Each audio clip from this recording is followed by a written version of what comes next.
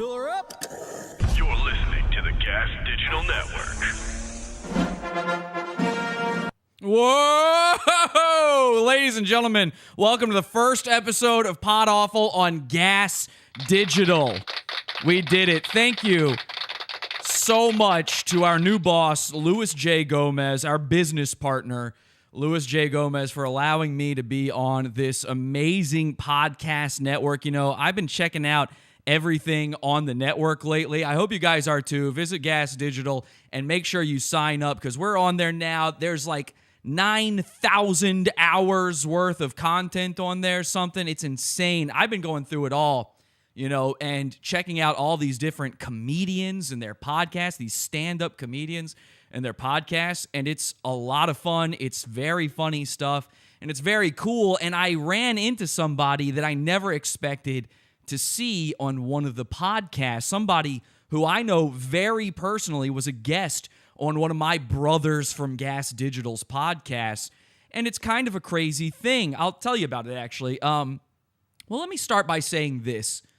Back in 2017, I did an episode of my show called Stand-Up Comedy is Dead.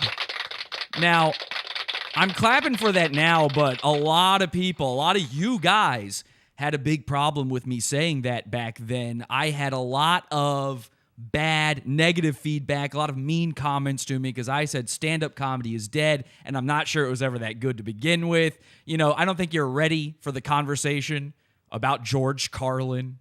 I don't think you're ready for the one about Bill Hicks. I'm sorry. It's my personal opinion. Whatever you think is what you think, okay? But I said that in 2017. 2018 rolls around, and I notice that my audience, at the very least, is starting to see through the cracks a little bit. 2019 comes about, Nanette gets released. You know, Amy Schumer has been disgraced. People are like, hang on a second. Maybe we ought to reevaluate this sort of thing. 2020 rolls around, and the god of China decides to create a virus to make sure these people can never fucking work again, which is pretty cool. So now, whether you liked my opinion on this or not, stand-up comedy is in fact dead. None of these guys are able to do stand-up, and as a result, they've all come to my domain, which is podcasting, I guess. I don't really do a podcast, but yeah, you know what I mean. These guys, they're doing these shows. I do this show. So these guys all do this show. Now I'm a part of this Gas Digital sort of thing. And one of the stand-up comedians I've known for a long time winds up on one of these stand-up comedian podcasts. And I couldn't believe my eyes. Maybe you've never noticed, but there's a guy who secretly is on every single episode of Pod Awful. A little guy hangs out right here over my shoulder. Maybe you've never even noticed him, but if I just zoom in right here, am I allowed to do zooms? I don't know. If I zoom in right here, there's a little guy named Kenan Jerome Floyd. You heard me right, not George Floyd, Kenan Jerome Floyd. This guy is a stand-up comedian, and he used to be my roommate. We used to live together when I lived in Brooklyn, New York. And I was sort of how do I put this? I was his lord, his landlord. I mean, I don't want you getting any wrong ideas. Like this, it's probably a bad time to use the term lord when it comes to a white person and a black person. A lot of people have a wrong idea about me. They think I hate Jews and black people, which is absurd. Like, you know, Jewish people invented comedy and black people are the funniest at it. So I don't hate these guys. I'm sorry. If our white nationalist listeners out there, I get it if you tune out. I don't hate them. But it is funny to make fun of them, you know? So this guy, Kenan Jerome Floyd, he doesn't agree with that. He's not just a stand-up comedian. He's an activist, okay? If you were to go to his Facebook account right now, a lot of his whole deal is to let people know what's racist and who the mayo-ass crackers are out there, which is a strange thing about Kenan considering the fact that he is the most Urkel white dude. I mean, he's the white Stephen Urkel, okay? Steve Urkel is blacker than Kenan Jerome Floyd. Kenan talks like this. He's like, hey, everybody. Hi, I'm black. I only care about black issues. White people have been oppressing me my whole life. Meanwhile, if you actually know anything about Kenan's life, you would probably know that there's nobody, it couldn't be further from the truth. I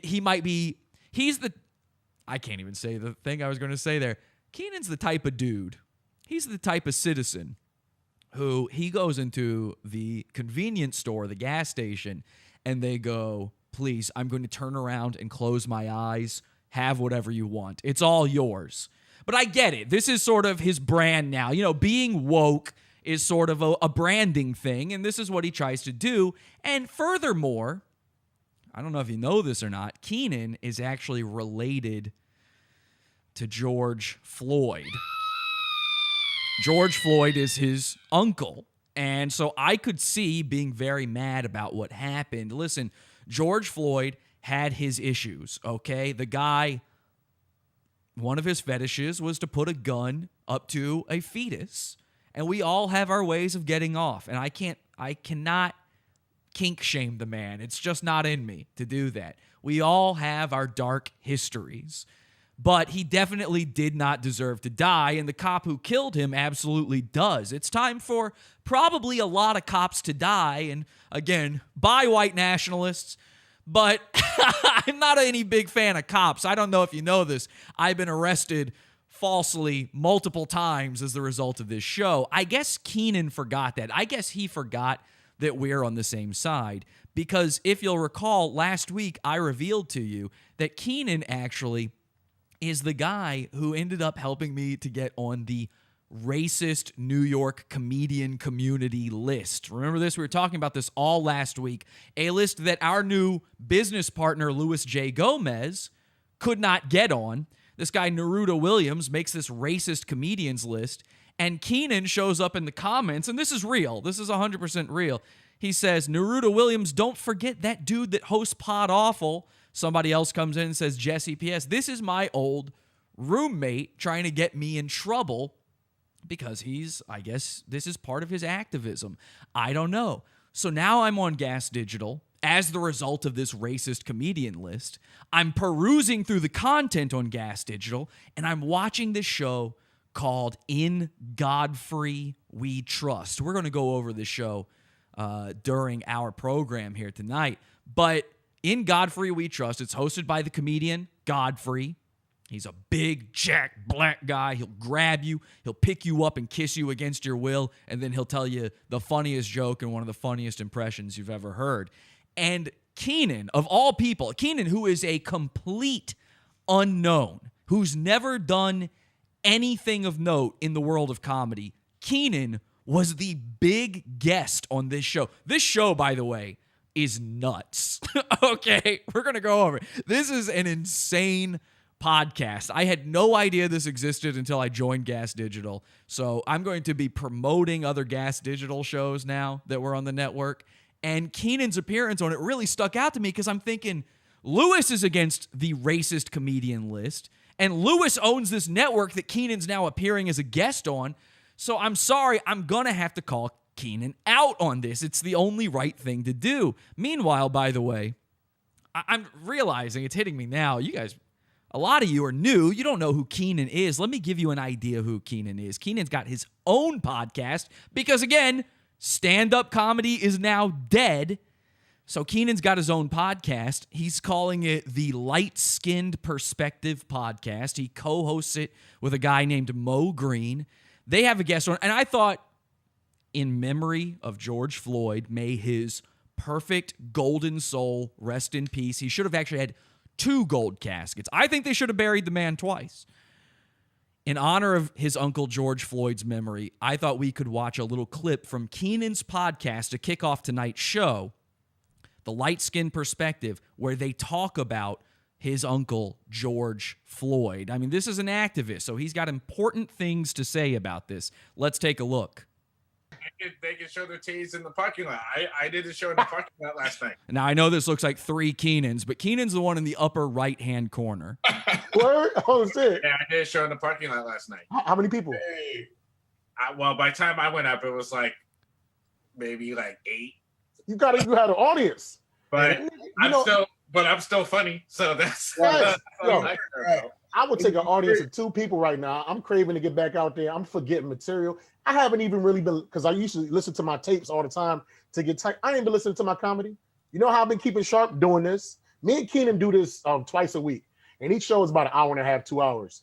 You know what I'm saying? So that's By the way, they record this on the same nights and times that I do. like, that's still 4 hours of time of just talking and just working stuff out.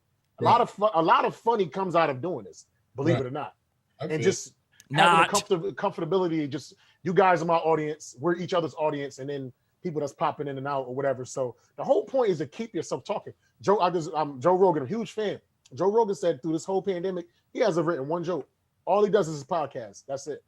You know what I mean? I feel that way too. It's like, it's kind of, I don't know. I'm not inspired. Like, it's hard to find inspiration when you're looking at the same 4 walls all day. It's tough. I mean, just pay attention to the news and stuff, because you know what's cool is, like, did you guys know that George Floyd was a porn star?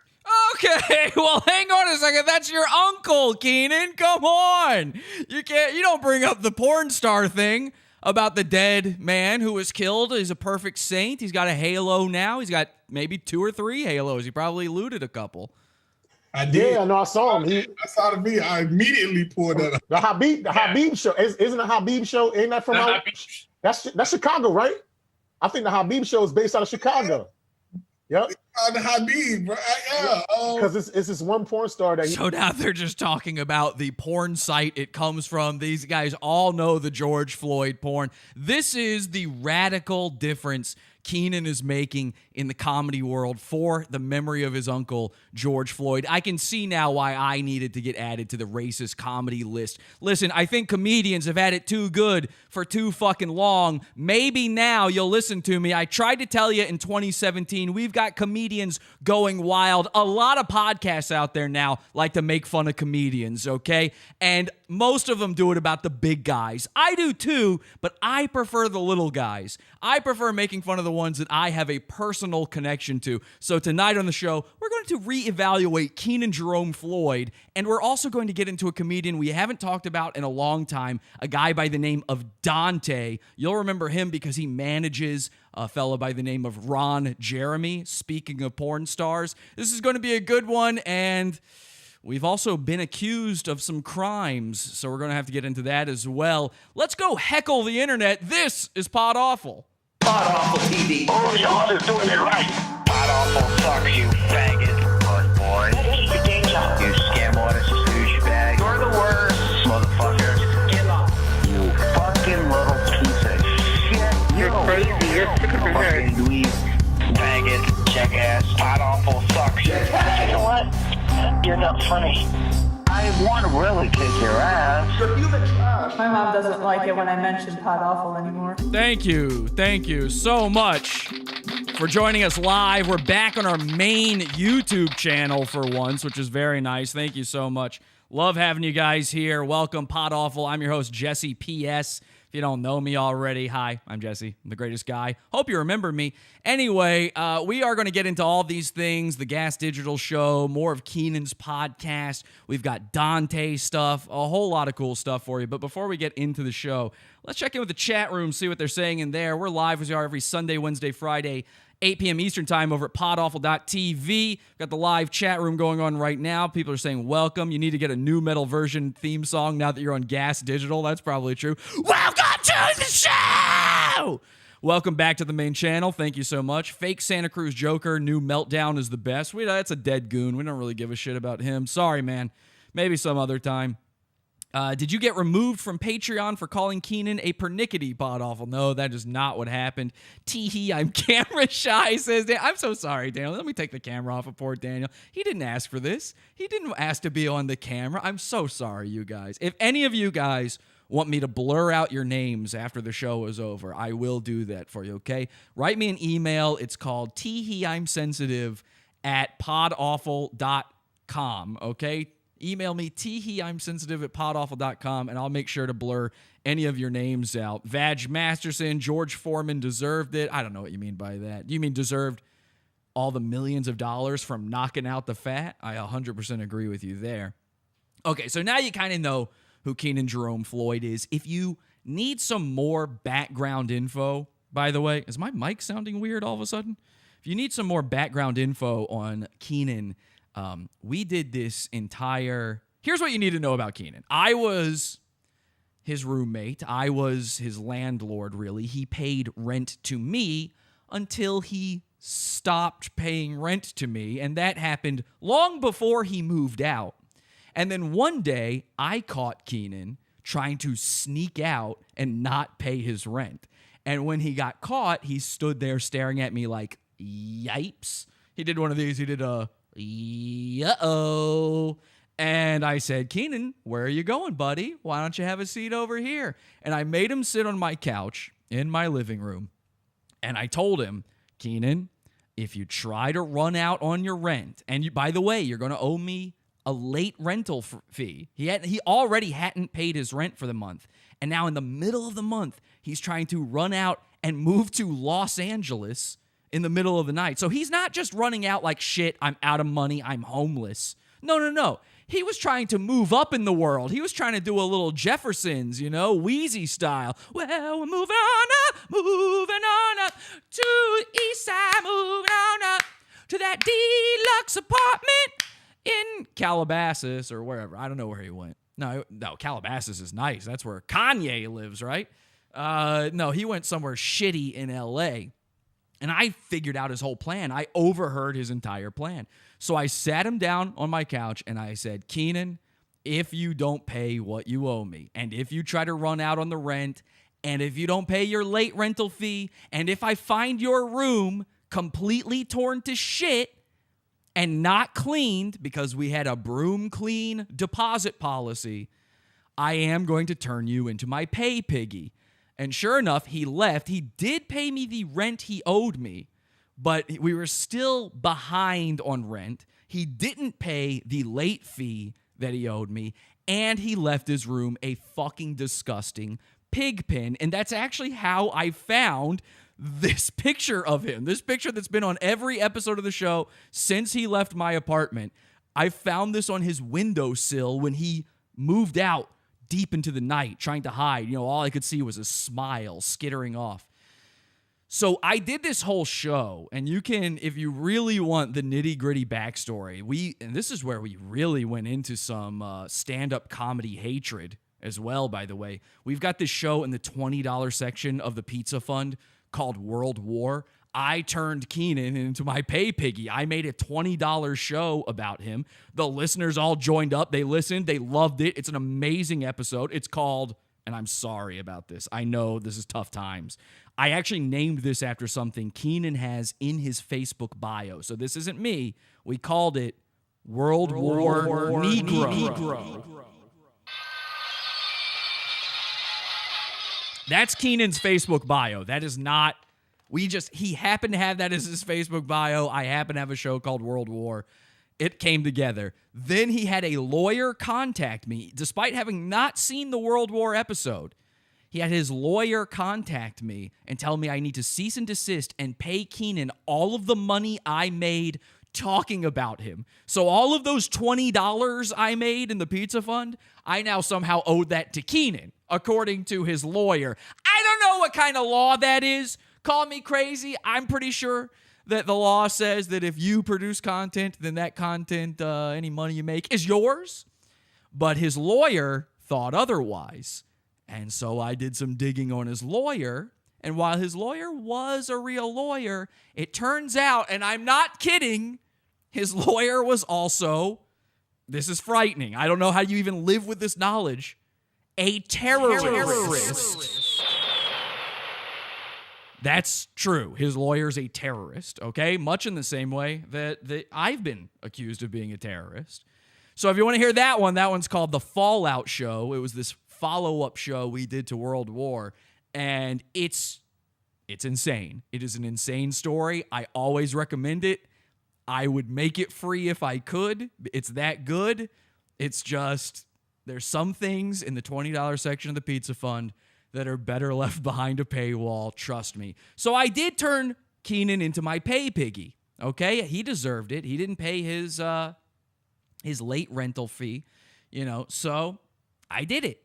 And really, we've talked about him here and there. There have been some jabs here or there, maybe a segment or two, but I've never really done an entire episode for everyone to see to really call him out on his bullshit.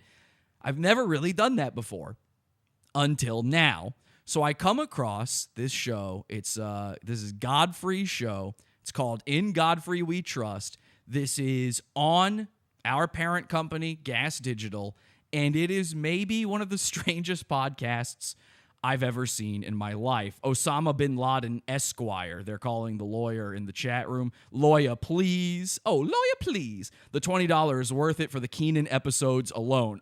Corey, thank you. I'm not paying Corey to say that. He's right.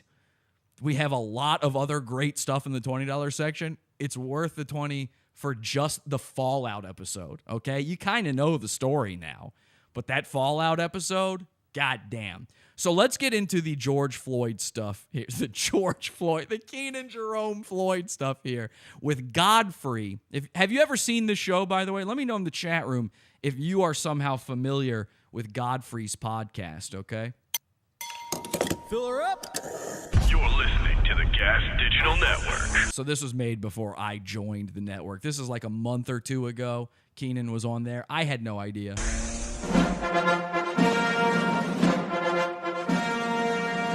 Ladies and gentlemen. Oh, people are like, what are you talking about? Where do I go get this content? It's not on Gas Digital. This is in our own personal thing called the Pizza Fund, PodAwful.pizza. I'm sorry, I wasn't trying to do a commercial. I'm just trying to let you know the story behind the Kenan Jerome Floyd stuff. You needed to know that stuff, trust me. So, yeah, if you want that, PodAwful.pizza is the link. Godfrey. All right. So he's got a cool little intro here.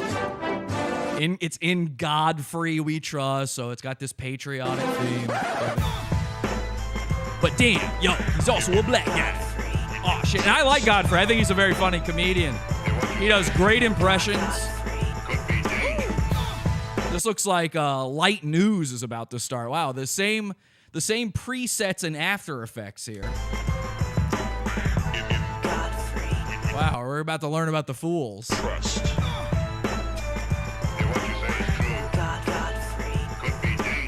You know what I'm talking about? Let's take a look. I'm telling you, this podcast is nuts. Yeah. Son, what's up, everybody? How you feeling this shit? Speaking of sun just went down, son. I had a real nice. So that's Godfrey talking, and as you can see, Kenan's there wearing his classic. We love this Kenan Jerome Floyd T-shirt. Every time he appears on anything, he's wearing a shirt with his own name on it, and on the back. And this is real. We saw this in the World War episode, and by the way, I've seen this in real life. I used to live with this man. On the back of his T-shirt is a link to his Instagram, a link to his Facebook, his Twitter. I'm not kidding. He has links on his shirt. Have you ever seen such? It's got icons. Like, you can click his shirt, and I guess it takes your brain to the retarded wasteland that is his social media. And I know I'm wearing my own merch right now, but I sell my merch. You can go buy this Santa Cruz Joker t-shirt at podawful.shop. The Kenan Jerome Floyd t-shirt is not for sale anywhere and never has been.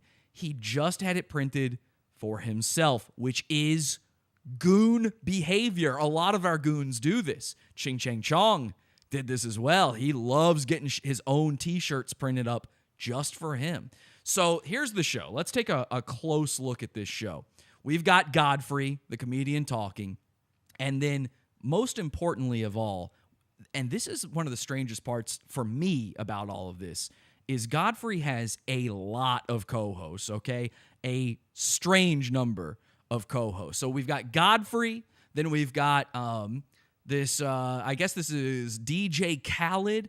Obviously, his sidekick is Ryan Katsu Rivera. There's Kenan, and then there's that painting of Mother Mary of Jesus if she were an alien and she was having sex with a chimpanzee. That's actually one of his co-hosts. Do you know that painting I'm talking about? Where, like, humans came from an alien having sex with a chimp? That's one of his co-hosts. I don't know any of these people's names except Ryan Katsu Rivera. one of our common, he's the sidekick on a lot of podcasts, so that's not weird to see. But then here's Kenan, and they're just going to make Kenan sit here quiet for a very long time. Shit, son. You know what I'm saying? In Godfrey we trust, in the motherfucking building. Somebody in the chat asks, please tell me he ends sets by turning his back to the crowd. Yes, he has done that. 100%. He will turn his back to the crowd so they can see his links. And what he does actually, and this is actually maybe even stranger than that, is he goes out into the crowd after his shows, and he, like a hunchback, he just bends over and allows everybody to click his links. If you touch his shirt, you become subscribed to him against your will. Quarantine, I don't ever think we getting out this motherfucker. I think this is just going to be the way it is. It's going to be horrible and zoomy like a motherfucker. But we appreciate you. We appreciate you listening to us. Let me tell you something. This is the greatest podcast on the planet, everybody. I agree. It might be the greatest podcast on the planet. I don't do a podcast, so obviously I'm out of the running. This might be the greatest podcast, and it is very diverse. A lot of people in the audience are saying right now, wow, a diverse cast. It is. So that's really great.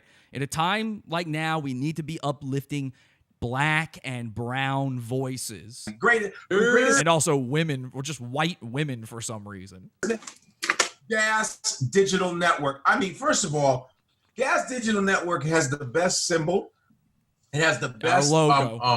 Branding. Our branding. I think I think it has the coolest name. 100%. You know what I'm saying? Yep. Shout out to the other podcast brands and shit that I shout out. Yeah. Fuck yeah. respect. But Gas Digital, that shit's hot. That shit's hot as fuck. You feel where I'm coming Wow, Ryan Katsu Tamagotchi. Yeah. from? I appreciate you guys following our podcast, especially our YouTube channel. Godfrey Comedy is the YouTube channel.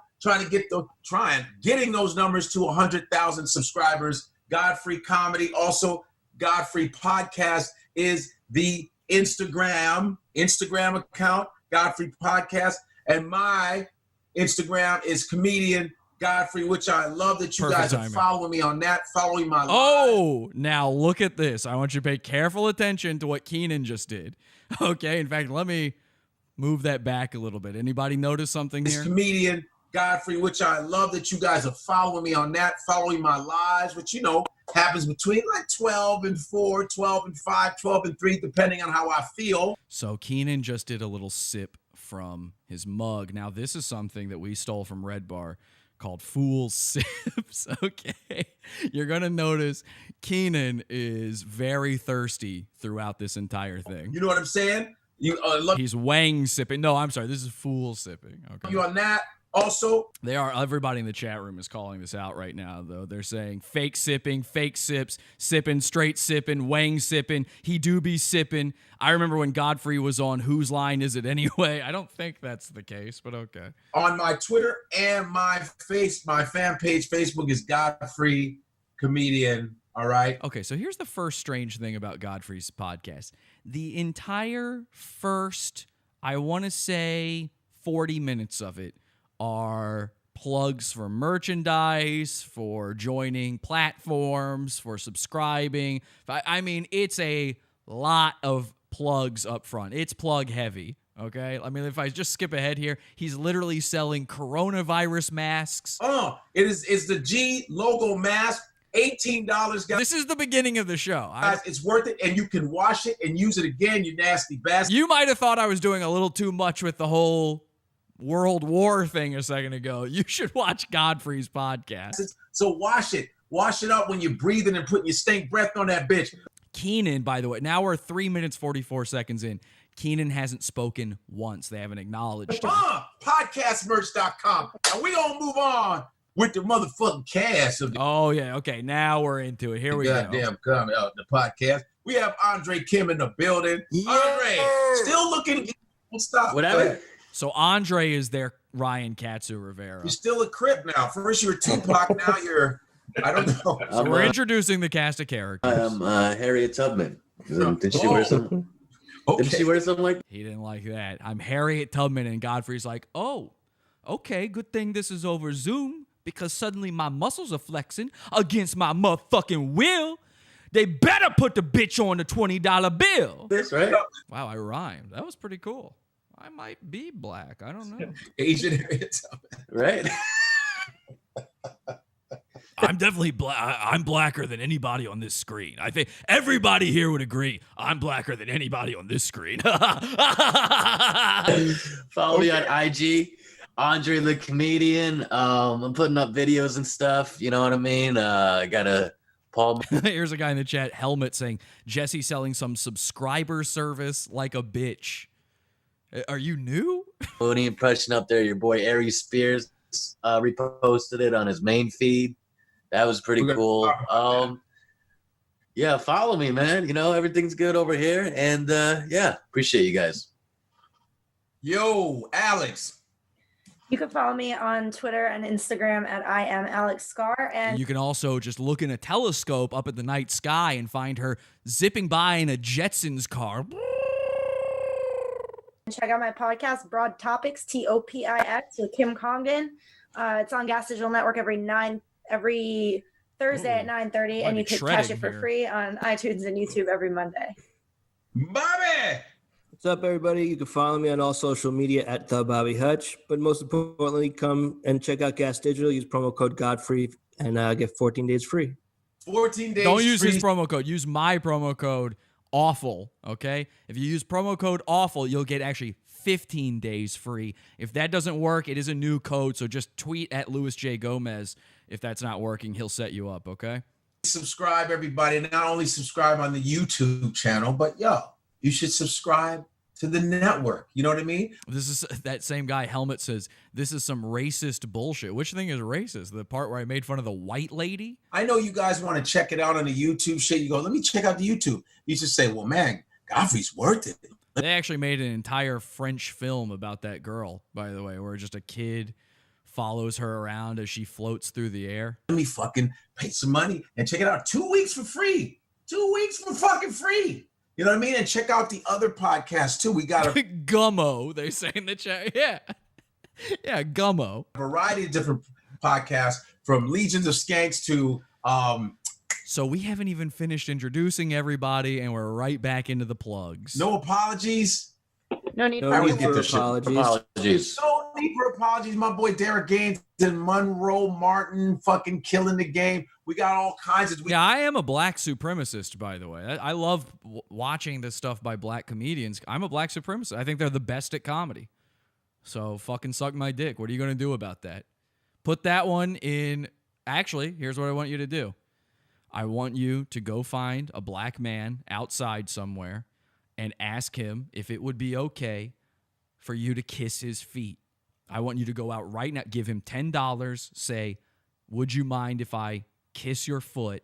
And if he doesn't respond, silence is consent. He means yes. So do it. Just get down and do it. We got movie podcasts. We got just crazy ass podcasts. It's just a variety of different shit. And it's just one thing I love about this network is that, man, listen, man, we say what the fuck we want. Hell we're yeah. here to have fun. Free speech. We're here to have fun. We're here to just, 100%. we just like to leave everything on the table, man, because I think that's where you get to the core of being a human being, is when you talk real.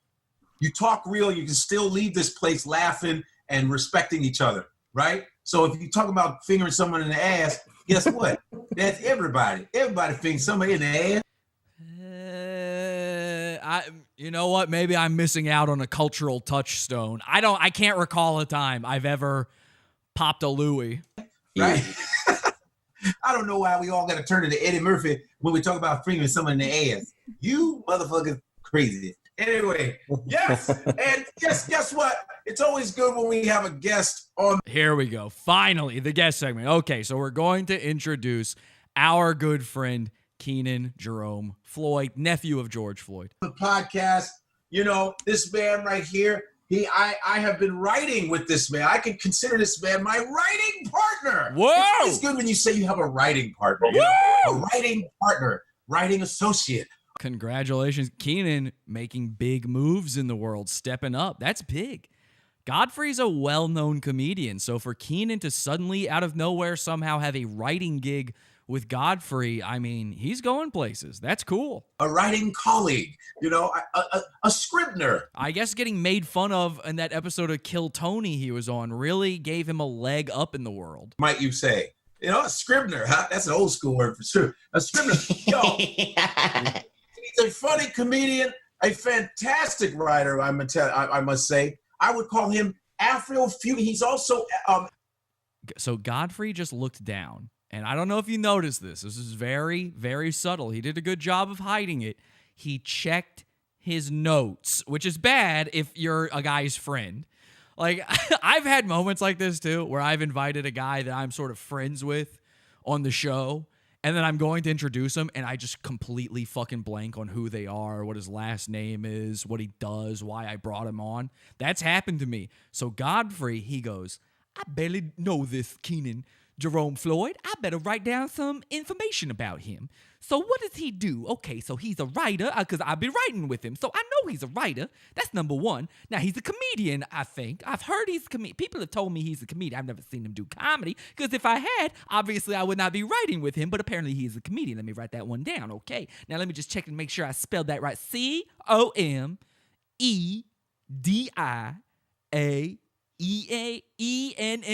Okay, perfect. So he's a comedian, and then what else is he? Now, he checks his notes to see what the third thing is, because you want there to be three things. Everybody's got to be a multi-hyphenate. I've fallen prey to this stupid thing, too. You got to list the things you are. I'm an actor, a writer, secrets kept, an author. So I've done a lot of things. I got to let you know about it. I'm a multi-hyphenate. I'm a triple threat. Rule of threes, you got to have a third thing. He looks down at the notes. He goes, what's the other thing that Kenan is? And he can't remember. He barely even remembered Kenan's name. And this is the third thing that Kenan is. Now, I lived with Kenan for 2.5 years. I'm learning things about this man. I had no clue. Listen to this. Is a writer of Afrofuturism, which I also love. That's really what caught my eye, too. When writing fiction, science fiction for African Americans and shit. Excuse me? He's a writer of Afrofuturism. Now, what has he written in the style of Afrofuturism? I don't know. I think he probably wrote Barbershop 5 in space. That's all I can think of. Afrofuturism. I've never heard of such a thing. I had no idea he was involved in these things. I would love to see the collected works of Mr. KJF. Which means that everybody can read it. Okay? Give it up to my man, Kenan Jerome Floyd. I got my author's tea here. Oh, God. This is the season. Yo, Kenan brought out the Christmas cup because he goes, this shit, we ain't going nowhere. Yeah. No, actually, it's digestive tea now. Since I've been in quarantine, I've been eating too much shit. So I'm like, all right, now I got to at least try. Clean out. Yeah, I mean, listen, I think everybody, it's tough. Like, as much as I go to... What is that? Oh, this is it. I think something's going on. Ladies and gentlemen, we have a happening going on right now. This is cool, all right? We're in the middle of something. Something is going on. I haven't been paying enough attention to the chat room. I can't. Have you fucking seen all this shit? How in the earth could I keep up with a chat room at a time like this? Apparently something's going on in the chat, all right? F you, Louis, for ruining a good podcast. Lewis, for ruining a good podcast. Okay, so something's going on. Somebody in here, I saw this one. This is the one that poked out at me. Somebody said, where is it? Jesse, please take down the videos. What videos? What are you talking about? What? There's a, I love you, Jesse, by the way. No, that's a good one. I'm trying to, can somebody who I know and love and trust tell me what's going on in the chat room right now? Because what I think is happening, I think someone might have figured out that they're being spoken about tonight, and they've brought a couple friends here to try to make this not happen. They're scared of this, because remember, there is someone I know who tried to get a lawyer to take down my show before. That didn't work out too well for them, by the way. So what is going on? Panic, Jesse. Oh, I'm not panicked. This is fun. Blake Hogue is my friend. Wait, so Porter Sullivan is talking about Blake Hogue? What is happening right now? Whoa, you want to talk about a comedian that needs to be dealt with? We might have to shelf some of the stuff we had planned for tonight. There's a lot of things going on right now, okay? And we're pretty deep into this episode already. We're already 43 fucking minutes in. So Blake Hogue, you're worried about the Blake Hogue episode? Those are like 5 years old, man. That's not even, I didn't even really do that. You know, go talk to Nick Mullen, okay? Blake Hogue is my friend. I work with him. I love him. Well, you know, he raped girls or something, right? Like he was rapey with girls, according to girls. That's a real thing. I learned that from Elsa Waith, being rapey. He tried to have sex with a girl with Down syndrome. I didn't make him do that. What are you upset about? I don't know. Do you guys know who Blake Hogue is? I did a whole episode about it. Go check out that episode. This Porter person's pretty confused by it. And then we got this helmet guy who is upset about something. Not sure what's going on there. Now, don't ban any of these people. I don't want them banned. I just think usually I don't pay any mind to this sort of thing. But I read that and I was interested. I want to know what this person's got to say. I want to subscribe to your newsletter. Thank you. Somebody also said that my black voice, my impression of Godfrey was pretty racist. I was literally doing the impression he was doing right before. I wasn't even doing an impression of Godfrey. I was doing a bad impression of Eddie Murphy. You might have autism, so welcome to the club. Guys, offer him fellowship, okay? You're welcome here. You're one of us. You'll like it. You'll figure it out eventually, all right? Am I allowed to clap? I don't know. I don't know how this works anymore. How does podcasting work? Gas Digital is not funny. Really? Well, that is where you and I differ, sir. Excuse me, but Gas Digital, I think, is one of the preeminent podcast networks there's ever been. Welcome, new Autis, AU Gold. One of us, one of us. Gooble gobble, Google gobble. One of us, Google gobble, Google gobble. Okay, I don't know. Is this something I need to pay attention to, or should I just ignore this? I tell you what, here's what I'm going to do. Let me do this. This will be a fun little bit. This is unplanned, live show. No other show, you know? Most of these other shows too scared to do something like this. I'm now in our Discord voice chat. Somebody join me in the Discord voice chat. Don't give out the link right this second. Somebody join us in our Discord voice chat and explain to me what's been going on in the chat room here, because I want to know. I just want to be able to move on from this, but I do want to know what's going on in there. Okay, let's take a look here. Impathor is here. Impathor, are you paying attention to the chat? Scott is here. Can somebody tell me what's going on in the chat room? I got a bunch of people. Corey is now here. Nobody's talking. What's going on? Yeah, no, the chat's a little bit fucked up, but like I think it's just the usual. I don't think you should pay any attention to it. Really? Yeah, you should ignore it. It's just bullshit. Okay. Helmet's accusing everyone of being racists. That's and, funny. I shared the show link in Naruto Williams Okay. Of the most racist comedians. Scott, breaking. Sorry, guys. Breaking. Scott. Helmet just said that your channel will be gone tomorrow. So it won't be the first time. Good luck. Okay. I think this time that's where they're all from. That's where they're all from. Do you realize my channel is already gone? So what Scott was saying, Scott, you were cutting out. What Scott was saying is he shared the link for the show on the racist comedian list. He shared it in their comments. So that's probably who some of these people are popping in here, which, by the way, you're all welcome here. Hi, hello. I love you. I started the show by saying I love Black and Jewish people. So you're all welcome here. Maybe Corey doesn't apparently. I might be racist. I don't know. Frankly, I don't care. So just trying to do a funny show here. I hope you'll enjoy it. All right. Give me a chance here. But Helmet, do you he doesn't know this because he's new or he's just trolling or whatever, but I'm already terminated. This channel that you're watching right now is currently terminated on YouTube. Okay? I can't explain that to you any better than that, but I have an email that says my channel is terminated already. So go for it, man. I don't know. Just do it. Who cares? I'll upload everything to the backup channel, and when you take that one down, I'll upload everything to that one, and so on and so forth, just like I already do with the Facebook page and everything else. It's no big deal. Welcome to the internet. Everything's vapor. Nothing matters. Go fuck yourself. But been doing the shit for like 10 fucking years. Longer. Over 10 and a half years now.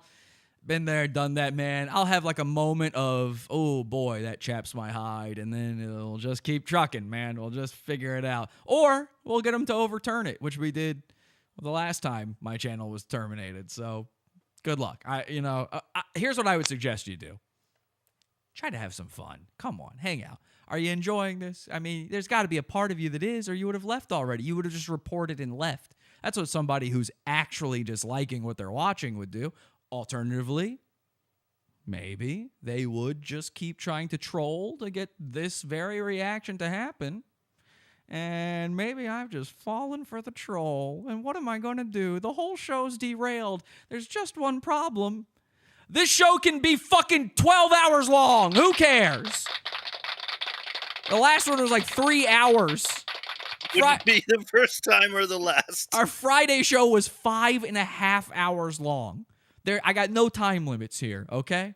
So I got as long as you do, buddy. Let's keep this thing rolling. Thank you for telling me here that what's going on. I just couldn't keep up with it. I saw so many different people saying so many seemingly related but different kinds of things in there. I just wanted to make sure that, that one particularly about the Blake Hogue thing seemed so out of place that I didn't really know how to respond to that. But yeah, they're just being faggots. Ignore them. Well, I don't want to use the F slur. I'm against these types of words. We can do better than that. Elegant. That's a fun word. They're being sassy. Who cares? It doesn't matter. All right. Thank you for joining me in here. I'm going to go. Let's keep watching the show here. This is In Godfrey We Trust. And let's take a look. I forgot where we left off. So let's see. The gym, and people will say, man, you're always in the gym. Man, I'm going to keep it real as fuck. I have been horrible at exercise. Wait, how did we get to this gym talk? Hang on a second. It's tough. Like, as much as I go to the gym and people will say, man, you're always in the gym. Man, I'm going to keep it real as fuck. I have been horrible at exercise. Do you know why I've been horrible at exercise? I hate working out. I have no idea how we got. So we introduced Kenan, and we're just immediately on to Godfrey talking about something else. So Kenan's just going to sit there, I guess. I don't know. At home, in an apartment, it sucks so much ass. I just hate it. Psychologically, it bothers me. I hate it. I'm a gym person. I need to go and be around the gym. I need to be where the machines and there's that rubber smell of our dumb rubber shit on the ground. And I have to have that gym feel. In the house, when there's cookies and potato chips and shit, I'm doing a push-up. I go to the cookie and go, man, that was tough. Let me get this cookie so I can get it. I mean, literally, you know what I mean? You're watching TV. Then if you're doing something, you smash your dumb foot into a dresser, and you're pissed. It's just, I don't know. It's just, who's working out at home? He almost said it. Did you notice what he almost said just then? He almost said, it's weird. He was so close to saying it. Kenan, are you working out at home? I'm trying, but I'm sleeping in too much. Like, that's... Oh, yeah. Kenan's... I have never seen Kenan work out. Again, I lived with him 2.5 years. The man never worked out. The thing, like, it's the motivation of actually getting up and doing something. Because, like, I work from home, too. Whoa. What and it's there? Like, if nothing's going on at work, I'm taking naps. Like, that's... And isn't it fun? That's the truth. And we wonder why when we see like people that live out on the street, oh, they're just sitting around, go get a job. Motherfucker, we're kind of inside bums, yo. Think about it. Think how unmotivated we are right now. Think about how unmotivated we are. Like, it's no different. Like when you are almost forced to live a certain life. You know what I mean? But all you got to do, I think the trick is, the reason why I've been doing stairs, which I know this shit's gonna work. I just started doing the like I pretend like the army. See, I miss it. Okay, see, here's the thing. I don't have any time codes here or anything like that.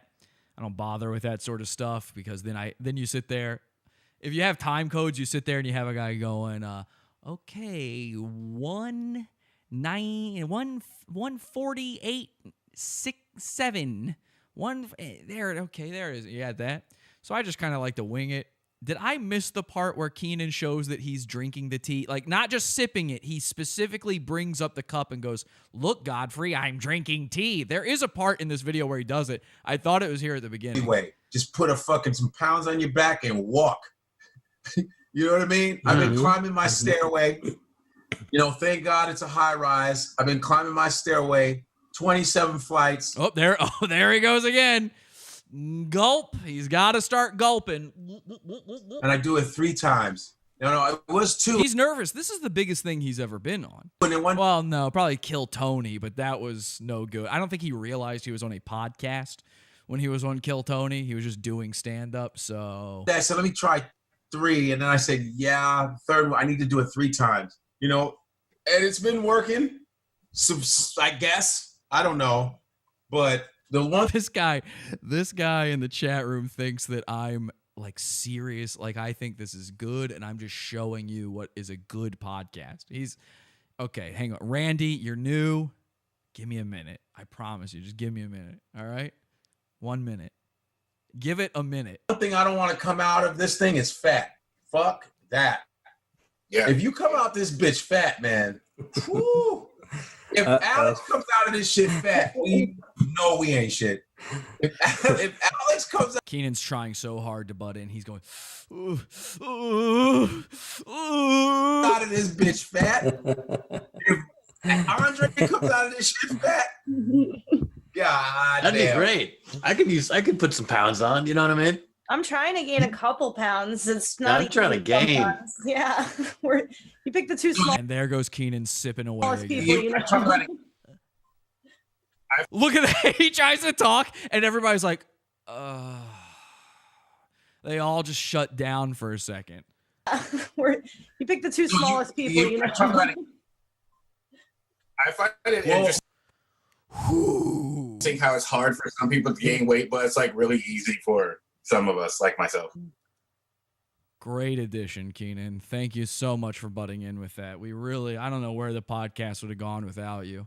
Well, I'm a mesomorph, and I think Rob. All right, I don't know where the T part is, but let me just, if you don't know what wang sipping is, and again, Redbar invented this, not me, but this is a thing that we caught Wang doing on the Dick Show, where he was pretending to drink a coffee over and over again to the point where he had to bring out a different mug and pretend to drink out of that. Welcome to Dick. You want to dig I got it in fast motion. Everything's a contest. Going to be live from Mountain Bucket Deep Hard City. Obvious? Well, Pacifico. Is it the way that I'm ripping Pacifico? As though he's sipping. Sip 1. Goblin Slayer. I read them all again. I've read all of Reddit repeatedly. Sip I cannot 2. get back on this time. All I want to do. It was one of those big con parties, actually. Yeah. It is. Look, it's like living in. Sip it's like 3. Again. He's like, wait. Let me see if I can. And now he's got a new container he's sipping out of. The show hasn't even begun. This is before the show. Sip 5. It's nice to see you not in prison. Sip 6. Did everything work out with your parents? Okay, here it is. Okay. Here's the thing that's... Wang loves sipping. So we call that Wang sipping. I don't know. Other shows, they call it other stuff. We call that Wang sipping. I had no idea Kenan was one of these people where he's got to sip away over and over again. The thing I was trying to find for you there is Kenan at one point, he actually brings up his mug and he shows it to Godfrey and he goes, by the way, Godfrey, look, I'm drinking tea. And Godfrey's like, cool, Kenan. Oh, yeah. Good job, buddy. It's like when a retarded kid brings you his crayon drawing. He's like, dog. And it's just a black line across the page, just a single black line. And he pressed the crayon into the surface of the paper so hard, it just broke off chunks as he went. You know, those little tiny dust chunks as he went. He's like, I'm doing dog. And you're like, sweet, man. Well, we were in the middle of talking about, stuff. So... And he's like, but look. Bobby is a mesomorph. And I think... So now Godfrey's talking about their body types. Now, here's where the show gets really nuts. Let me find the... So they go to another commercial. Okay? This is another commercial. And watch the... I've never seen a segment like this in the history of podcasting. Check out the segment they do after this commercial. Common use. By the way, I've just skipped about... 14 or 15 minutes of the podcast, and Kenan doesn't speak in any of that. All right? He's completely quiet. The code Godfrey for 20% off, man. Let's get rid of that swamp ass. All right, let's get back to the show. I brought out my dictionary, okay? I brought my dictionary, buddy. And you know me and my random shit. But I think I should at least give you a word, and you're going to really like it. This is nuts. So Godfrey has a dictionary, and he's going to teach us a new word. Now, has it ever been done? Maybe there's a podcast about dictionaries where they read every episode they do a new entry of the dictionary. You know, episode 1, aardvark. I don't know, but it does. I have to say, and I'm saying this as an ally to the movement, when it's a black comedian talking to another black comedian and an Asian guy and a lady and a guy of unknown origin, you know, of Aladdin's like cousin, maybe. I don't know what's going on there. Maybe North Africa or something. I can't tell. It does kind of feel like they're just now figuring out words. I really don't like to look at it that way. Maybe the man just loves vocabulary. Maybe he just has a real excitement for words. But and this is my own racial biases, I can't help but feel like he's like, damn, I never even looked in the dictionary before. How'd you like that impression? Are you all ready? You ready for this word? And everybody's going to dig this word. And people, I want to tell you all, I thank you guys for complimenting me on bringing out the dictionary, because everybody's asking me, what is that dictionary you're using? I want to get a dictionary. Aha! Here we go. What? But and then he doesn't even tell you the dictionary. What is that dictionary you're using, by the way? And anyway, let me read you a word. Now, this says here that this is an N word. No, Godfrey, that's noun. That's a noun. Ready? Franz or Frederick Anton Mesmer. Okay, it's a proper noun. I didn't even know dictionaries had this. Maybe I am learning something. Watch this.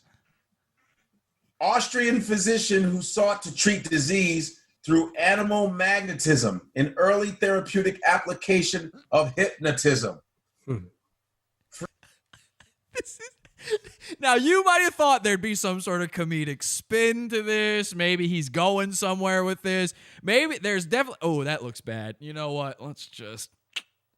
Maybe he's going somewhere with this. Maybe there's like... this is like an Adam Carolla bit, you know, and Bald Brian's going to start playing the sound effects, and they're going to turn it into a game show, and it'll be fun. Nope. No. The entire segment is learning a new word. So, I mean, again, maybe on the Sesame Street podcast, you know, I could see Oscar the Grouch coming out of the can and going, today's word, kids, is... I had no idea that my friends here at Gas Digital were doing this. Frederick Anton Mesmer. What word comes from that? Mesmerize. Hey! Kenan didn't know it, by the way. Let's point out that Kenan did not know that. Mesmerize. He couldn't figure it out. So isn't that the shit? See, here's it. And guess what? That's it. That's the segment. Isn't that the shit? He just thinks it's crazy that the word mesmerize came from a man's name. What's so great about this book? It has the world history. When the members of an audience sit mesmerized by a speaker, their reactions do not take the form of dancing, sleeping, or falling into convulsion. But if Franz Anton Mesmer were addressing the audience, such behavior could be expected. Mesmer, a visionary 18th century physician, believed cures could be effected by having patients do things such as sit with their feet in a fountain of magnetized water while holding cables attached to magnetized trees. He probably shocked the fuck out of them. Well, Mesmer. I just looked up what animal magnetism means, and I don't know if they mean magnetized like with literal magnets, because animal magnetism. I mean, we are literally in real time watching people just figure out definitions. That's the entire thing. And they do this every episode, apparently. Magnetism. He's doing real, like, magnet shit. Yeah, well, it says here that animal Lewis, listen, we're business partners, okay? I don't want to be mean. Can we have a talk with Godfrey about this? That it's I think he's smarter than this. I truly think he is smarter than this. There's something very odd about this. I can't imagine his audience is actually sitting there going, thank God this is happening. I never would have known about dictionaries. Magnetism, also known as mesmerism, was the name given by German doctor Franz Mesmer. Yes. What he believed to be an And again, Kenan, dead silent during this. All he can do is sip. invisible I might have natural to start force sipping. possessed by all living grab a things, Dr. Pepper. including humans, animals, and vegetables. Wow. See, Mesmer then came to believe that magnetic powers resided in himself, and during highly fashionable curative sessions in Paris, he caused his patients to have reactions ranging from sleeping or dancing to convulsions. These reactions. In the chat, they say, how to be a guest on a podcast. Stay totally silent at all times. We are 20 minutes in. Kenan so far has maybe said 3 sentences. Actions were actually brought about by hypnotic powers that Mesmer was unaware he possessed. One of his pupils, named Passiger, then used the term mesmerism, first recorded Passiger, please. in English in 1802 for Mesmer's practices. The related word mesmerize, first recorded in English in 1825, having shed its reference to the hypnotic doctor, lives on the sense to enthrall. That shit is dope. I'm sorry, guys, but that shit is hot. I agree. Hey, listen, I love reading the dictionary. I'm right there with him. To me, it would be like if I started reading to you the font book on my computer, which one day I may do. We may have a font chat where I just sit here and I tell you all the fonts I have. You know, I just downloaded some animated fonts yesterday. It cost me a pretty penny, too. $45, okay? I paid for some animated fonts. We're talking, which ones did I get? Hooky. I got Hooky. I got something called Space. This is what I'm talking about. Did you see how your brain just glazed over? You don't want to hear this shit. You might like words. You don't want to hear it on a comedy podcast. Kiss my ass. That shit is hot. All right. You like that? Let's see if we get into some Kenan. What is can I get a request for a word? They keep the word section going. I'm telling you, this is a strange podcast, man. Yes. What's the Can word? I get a word request? What about mesomorph? Here's mesomorph. So they're going back to the mesomorph. They're going to do this multiple times throughout this episode. They bring up this mesomorph thing. So Kenan, if you don't know, Kenan, his big thing is that he's a former Jehovah's Witness. He was kicked out of the Jehovah's Witnesses. He used to live in the Dominican Republic. Now, I'm not going to lie to you. I'm not going to show it to you either. I'm not going to lie to you. They're pretty enthralled with Kenan's story about being a Jehovah's Witness, and he actually gets off some funny tales, and they're laughing and having a good time. Me personally, I'm not laughing while I watch it, but part of that is because every time Kenan goes on any show ever, he ends up talking about being a Jehovah's Witness. He might have even done it when he was on my show. I don't remember. He was on one episode of Pod Awful, and I think I specifically did not want to talk about that. But that's what this whole episode becomes about. So they start talking about who started the Jehovah's Witnesses. They start pulling up pictures. Thousands of members that they could just make shit up. Oh, hell yeah. Look at this motherfucker here. Wow. Like he beat people too. Oh, yeah. So this is the guy that started the Jehovah's Witnesses. And every time they bring somebody up, it's just an old white guy. So they're like, damn, he be looking like he owns slaves. And it's like, well, you could just look that up. He might not have. What if he was like the guy who didn't? You know? I don't know, by the way. I'm not going to bother looking it up because I'm not going to be the one making those jokes.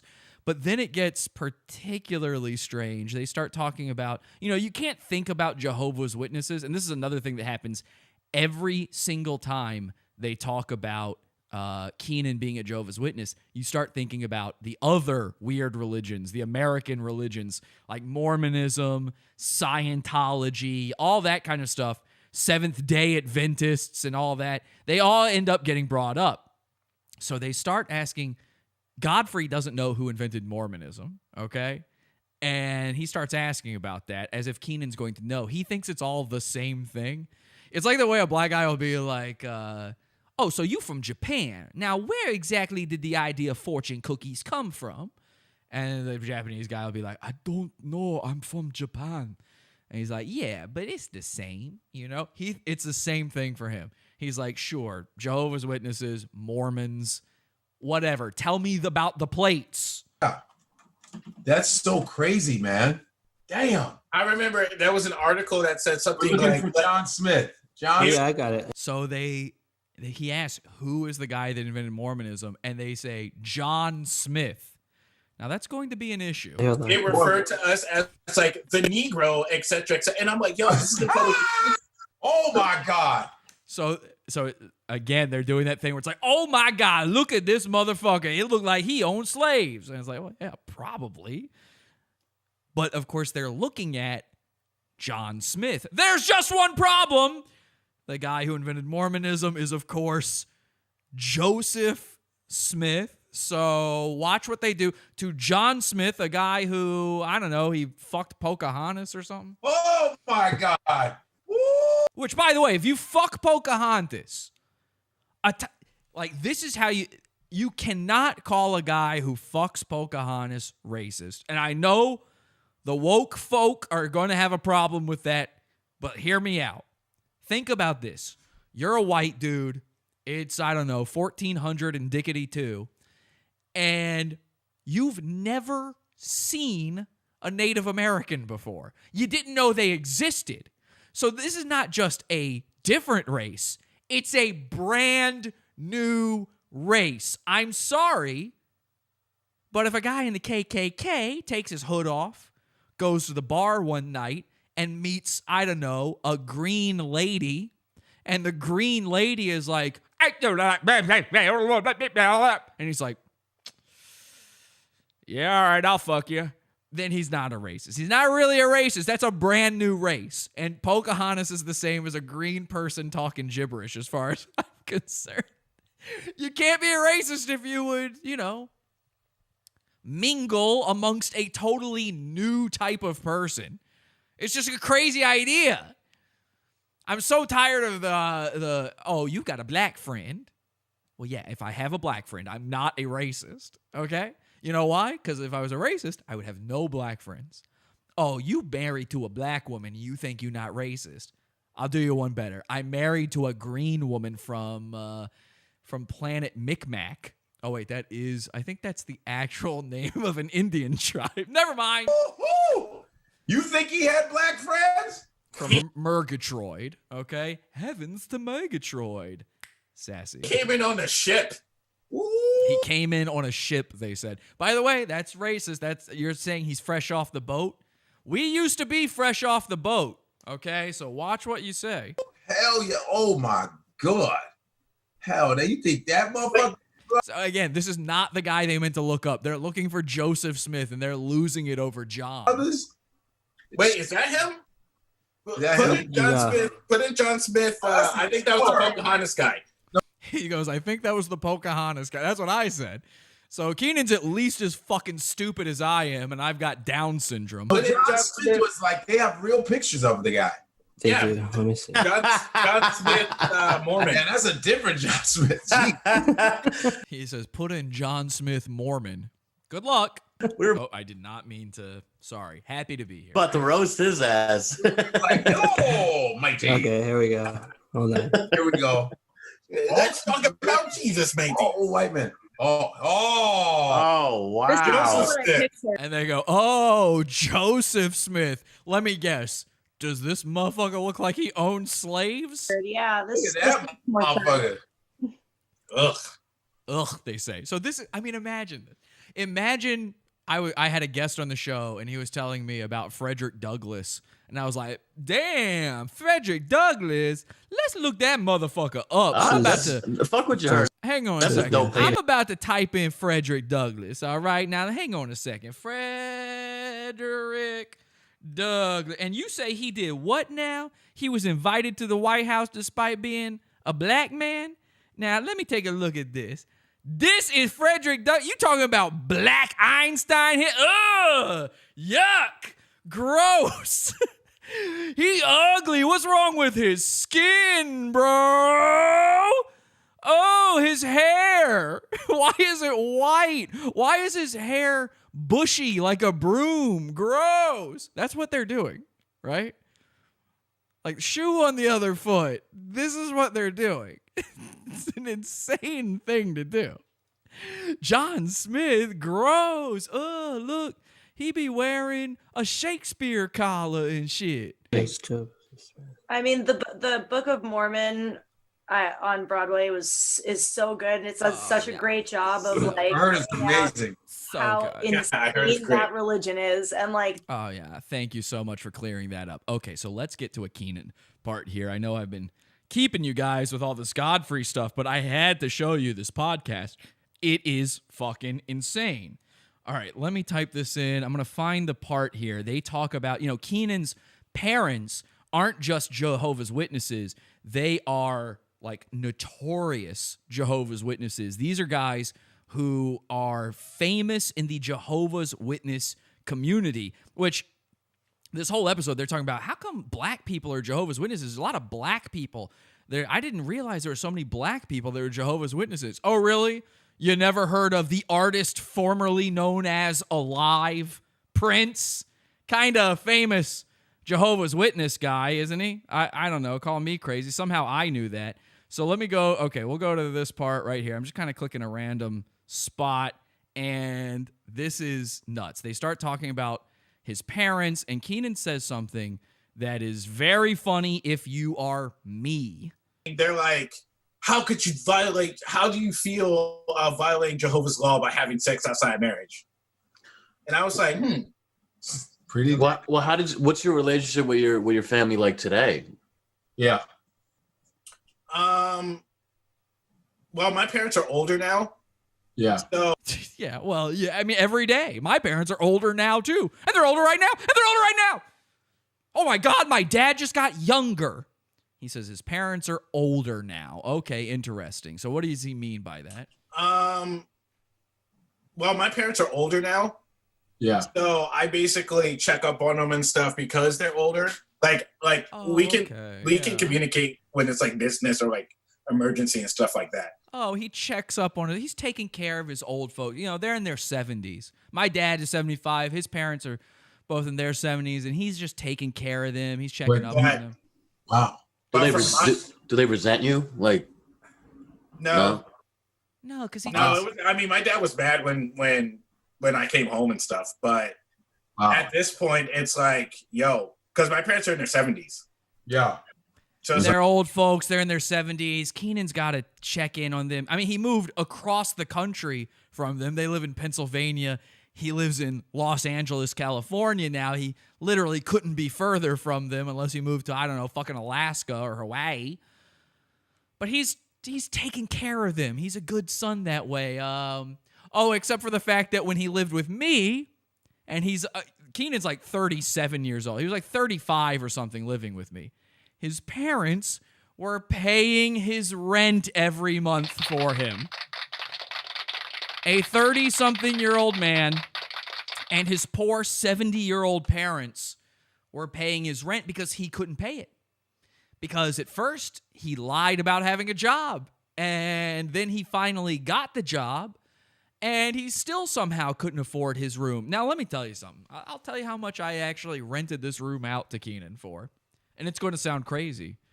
But this is New York. We're talking prime real estate, Brooklyn, okay? I had a nice apartment in Brooklyn. Very nice. 3-floor apartment and in a good area, a block away from the train, right near a real grocery store. Prime real estate. Across from a park, okay? And Kenan's room was the largest bedroom in the apartment. It was the master bedroom, actually. I took the entire basement floor for my studio and everything else. The middle floor was a living room, the kitchen, everything shared. And upstairs, he had the master bedroom. So that room was going to cost more. And it was only $1,200 a month. Now, that might sound like a lot to you, But if you've ever lived in New York City, that's pretty run of the mill. You can get a lot worse places for $1,200. This was a pretty nice place to live. And Kenan couldn't fucking afford it, not once, not 1 month. 2.5 years of living there. Every month, his parents were floating him some money so he could afford it. He never caught up. This is why he started being late on his rent payments, because eventually his parents were like, Kenan, you're 35. The comedy career is going nowhere. The dream is over. Come back home. We're tired of paying this white boy rent for you. $1,200 is cheap, they say in the chat room. Way cheaper than I thought it would be. Okay, see, and keep in mind, this is a couple years ago, so I'm thinking about it seeming expensive then. But yes, I agree with you. I think that is cheap. It's certainly way fucking cheaper than my rent in that place. It's certainly cheaper than my rent here now. Way fucking cheaper. Fuck, man. But he couldn't pull it together. So he's taking care of his parents in their 70s. Could have sworn they were taking care of him. And by the way, Kenan's never caught up. He was, after he left, mail kept coming in, and it was obvious for Kenan. And he never got it redirected. And of course, he didn't want it redirected because it was bills he owed. It was like, you know, when they do that obvious thing where they're like, they make it so you can't see through the envelope. They do all the security stuff, but printed on the outside of it is, warning, important, must read immediately. You must respond to this ASAP. We've been trying to reach you. It's like, well, that's clearly a bill for Kenan. He ain't ever going to pay that. How much does he owe on Amazon? On his Amazon credit card? Thousands of dollars still? Yeah, well, I guess I'm never getting that late payment from Kenan. No, you're getting old. You're in your 70s. This basically my attitude is just like, this is stupid. And they were gonna hold that grudge till whenever, huh? Yeah, I was just like this. I was just like, this is stupid. You guys are older. That's terrible. That's a terrible. Yeah, he told him how it is. And this is the story. He would tell me this story. He told everybody that came over this story of how he got excommunicated and then had to tell his parents, like, you know what? Nah, see, I'm a grown-ass man now. You dig? That's how Kenan talks when he tries to sound black. He literally goes, word, word, word. I'm not kidding. He does it all the time. So he struggles to seem black. He struggles to be accepted by his black brethren. And I think that's why he came after me as being a racist. I think that's why he posts about it constantly on Facebook. I don't fault him for it. You know, I actually feel bad for Kenan because, I mean, one, his uncle George Floyd died, but also the guy has never been accepted by the brothers. You know, they look at him and they go, yeah, you know, we're good. We're all squatted up right now. I think we can do without the token Urkel in our club. So thanks, but no thanks. Kenan's friends growing up have always been white. I mean, he was a Jehovah's Witness, so everybody he knew was white. He goes to the Dominican Republic. Maybe he met a few black Dominicans down there, but he was with other Jehovah's Witness missionaries down there. So it was a bunch of white kids. I've seen videos of it. I know it for a fact. There were black Jehovah's Witnesses down there with him as well. But every video is him hanging out with the white kids. Every photo is him hanging out with the white kids. He's never been accepted. So I get it. He's trying to lean into his black power. He wants to be accepted so bad, but he's got this voice and this volume, and everything he says is right here. So he's never going to be accepted. Except by Godfrey, a dark-skinned ass brother. So Godfrey is becoming his writing partner, is accepting Kenan on the podcast here. And let me see if I can find this part. So I'm going to show you the plugs they do at the end for Kenan because they're very interesting. You know, they enjoyed Kenan on this program. They liked his appearance. They liked his stories. And they wanted to give him a good time, and Godfrey has a lot of very nice things to say about Kenan. He thinks Kenan is going to be the next big thing. He's making big moves. Shows, and man, our first table read was about 30. Hang on a second. Actually, let me go a little bit before this. He's talking about the table read they did for the thing they're writing on together. Now, then it's, well, Andre is X, Y, and Z, so that we all like, oh, I want to be like Andre. You know what I mean? That's the way that they do it. Hey, well, this was awesome. This was a good.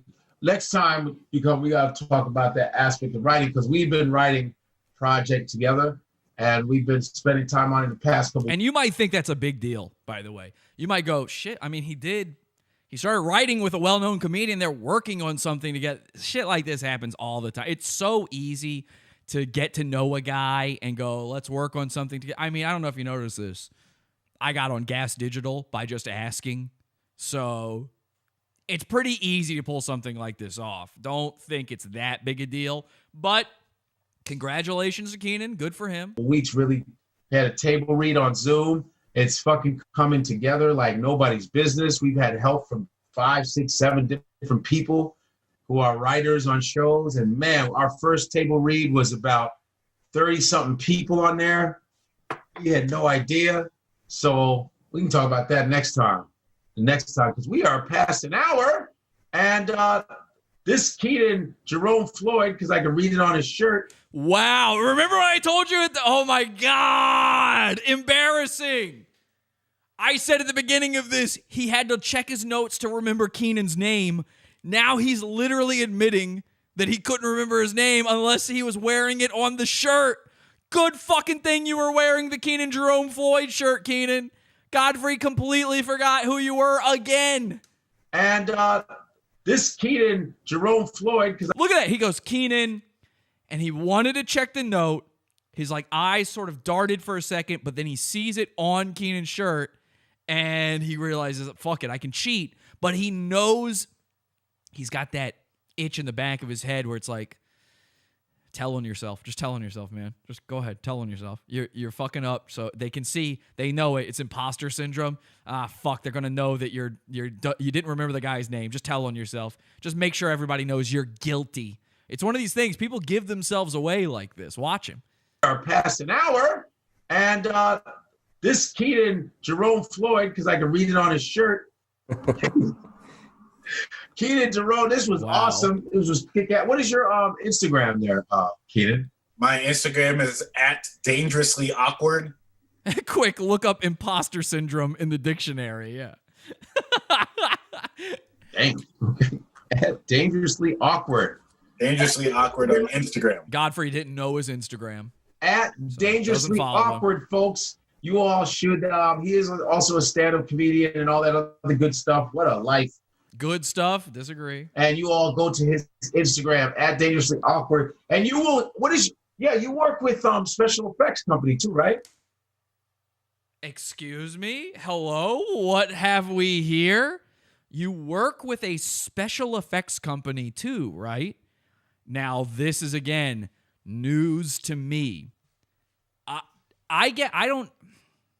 Kenan moved to LA because his dream is to become a filmmaker. He might be a comedian, but what he really wants to be is a filmmaker. I'm talking he wants to be the next Tarantino, the next John Singleton, okay, Spike Lee. He fancies himself that way. And we've watched his films on this show. They're not good.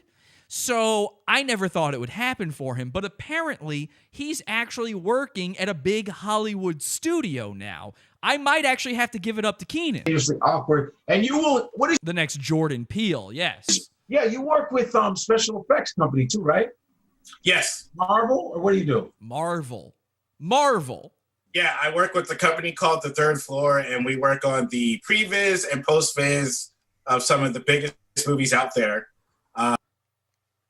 That's huge. Now, if you don't know what previs, post-viz, I mean, that's like setting up the storyboards. It's basically imagining how a movie will look using 3D rendering. These are big companies.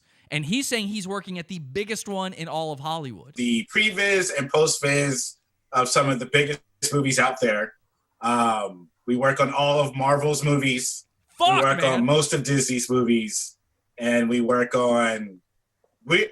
We're literally like the biggest pre-visualization company in Hollywood. So we work on almost everything.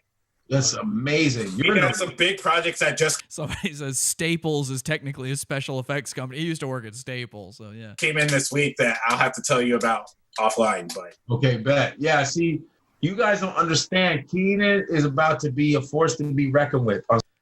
Godfrey is impressed. I mean, this is what Kenan's been telling him. Kenan has been going to Godfrey and going, hey, look, I work for Marvel. I work for Disney. I'm in Hollywood. I should write with you. And Godfrey's like, oh, damn, that sounds dope. Bet. All right, sure. Some real shit, man. Yeah, because you're getting good. You're getting like, you're grooming yourself to be like a force, though, on some real shit. You know, that's real. And Kenan he does the prayer hand. He does the Andre fingers. He tinted his fingers. Don't talk. You just started your own company. He started his own company. I don't even know what that's in reference to. Now, I was shocked by this, and I wanted to congratulate Kenan very much on his step up in the world. You know, we'll end the Godfrey thing there. I wanted to congratulate him on his step up in the world. So I wanted to look into this Third Floor thing that he's working for, the biggest previs company in all of Hollywood. I mean, that's huge. So I go to Kenan's LinkedIn. You know where this is going, right? I go to Kenan's LinkedIn account here. This is for sure him. It says Kenan Floyd and Greater Los Angeles area. It says he went to Pennsylvania College of Technology. I know he went there. There's the third floor. But if you read here, it says he's an IT support specialist. Now, call me crazy, but listening to the way Godfrey was talking about that, it really sounded like he was part of the previs team, like he was working on the movies. It turns out Kenan is an IT guy there, which means what he's doing is, and I'm telling you, this is what it means. He's plugging in people's keyboards for them. He's plugging in the machines, you know. Occasionally he'll have to change a Cat 5 to a Cat 6 on a server rack. That's it. That's all he's doing. LOL, he was fired from UBS. Guy, hey, stop letting the people distract you in the chat. Just ignore them. What are you doing? See, then I come to the chat, and when I go to see your funny comments, you're talking about these guys. This is what they want. Are you retarded? Don't be as stupid as they are. There's literally guys in there who think that I work with Louis J. Gomez. You're talking about literal retarded people. Come on. Ignore them. Fuck, dude. Thought you guys were smarter than that. This show is canceled. Damn, fuck, man. That sucks. Nah, he's not even that. He answers phone calls. I mean, I could be an IT guy. Let me tell you how easy it is to be an IT guy. Do you have Google? Can you read? You can be an IT guy. That's all it is. All IT is somebody goes, hey, Kenan, for some reason I can't hit the escape key on my keyboard anymore. And Kenan's like, shit, did you try disconnecting the Bluetooth for your keyboard and then reconnecting it? And the guy goes, yeah. And he's like, all right, I'll come down to your desk. And then he goes to the guy's desk, and there's gum stuck over the escape key, like visibly, several pieces of chewed gum. He's like, do you think maybe this could be the problem? And the guy's like, I don't know. And then he gets a scraper from the janitor closet and scrapes all the gum off the keyboard and then presses it. It works. He goes there. And then he goes back to a closet that they have him live in where he sleeps upside down like a bat. It says, third floor, IT support specialist. He's been working there since May 2019, a year and 2 months. That's better than he usually does. I serve as an IT support specialist in support of a high-volume, high-demand visualization company in Hollywood. Okay, so you're an IT guy. He worked as an IT guy at UBS before that. And before that, he, of course, worked at Staples. He calls himself a certified technical associate, which is to say he was the guy you ask, hey, you got any printers? You got any printers? And then Kenan would go, yeah, in the back. So he was a technical associate. He was a real technician there. He was the assistant. Oh, this is interesting. So when I lived with Kenan, he got it. One of the first jobs he got, because he needed two in order to pay his rent, he got a job at Caroline's on Broadway, a big comedy club. And of course, a lot of guys will try to get a job there thinking it'll get them on stage. Typically, that is not true, except for little shitty shows you wouldn't want to do anyway.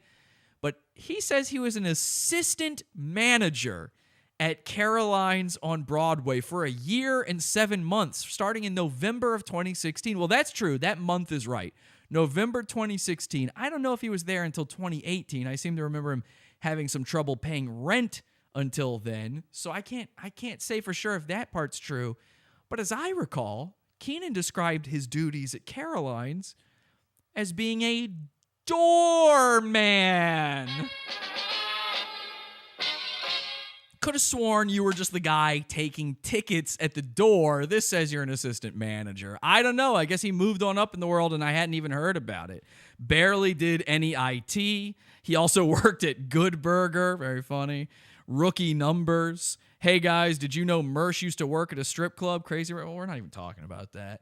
So, okay, let's go to Kenan's new podcast. It's called The Light-Skinned Perspective.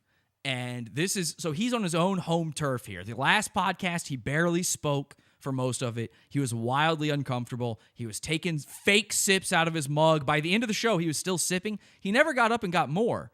So there's no way he still had it, but he was fake sipping toward the end of that show. He should be comfortable here with his co-host, Maurice Green, Mo Green, okay, is his co-host. And they host us. They're both light-skinned black fellows. They want to give you their perspective on things.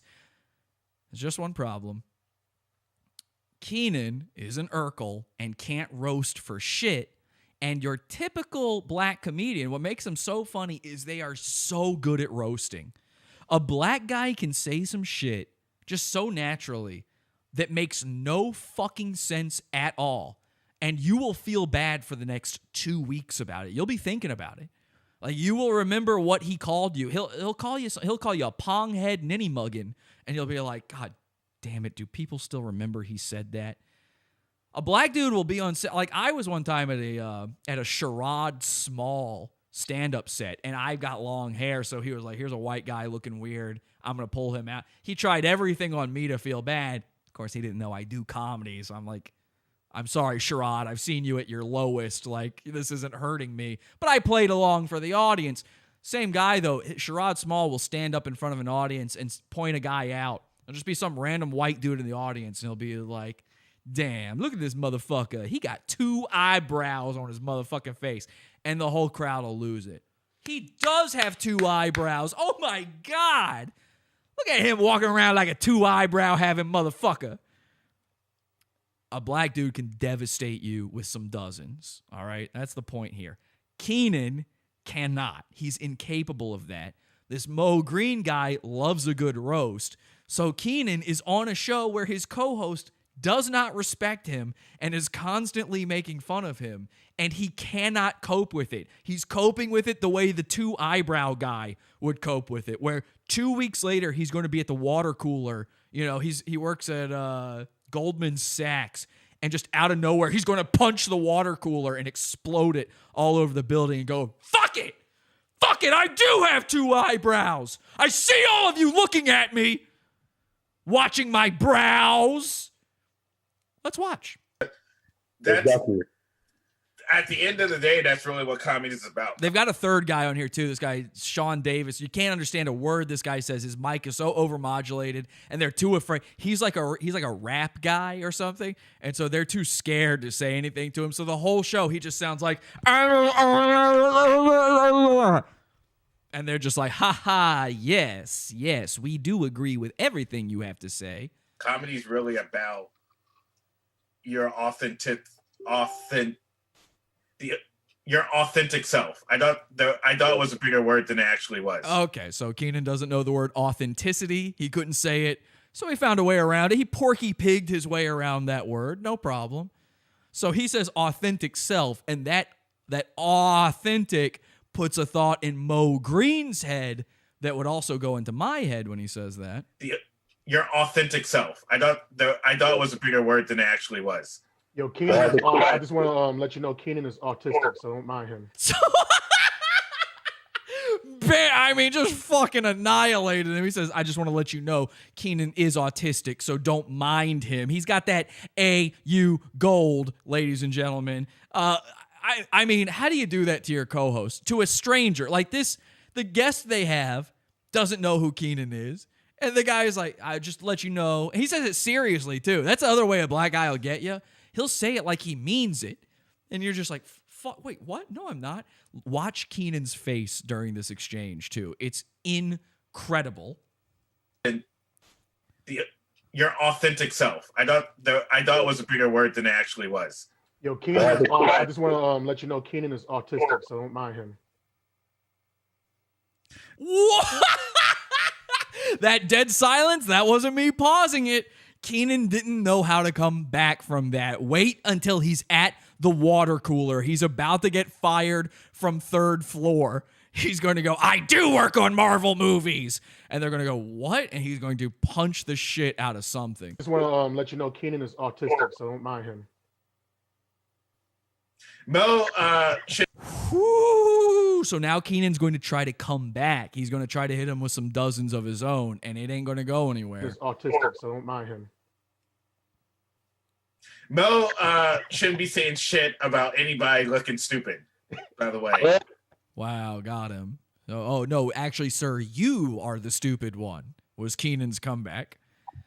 No disrespect to anybody that's autistic.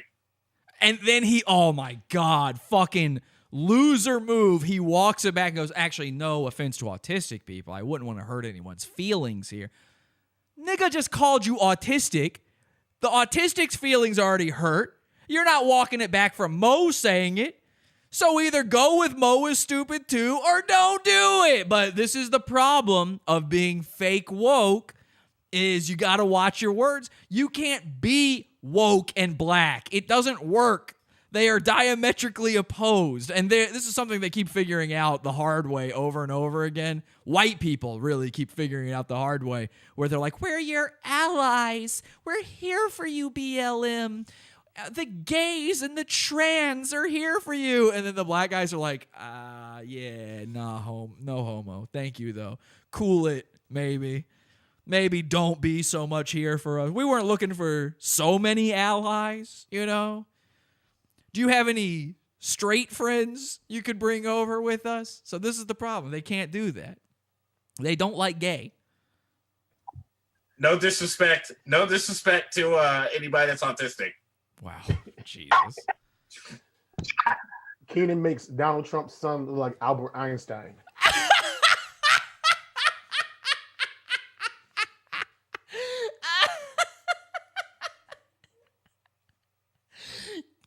The way I don't know what it is. It's something about the cadence. This is what I love about black dudes doing comedy. They're so good at it because they have this cadence where what he said wasn't particularly good. Made sense. It's a funny joke, I guess.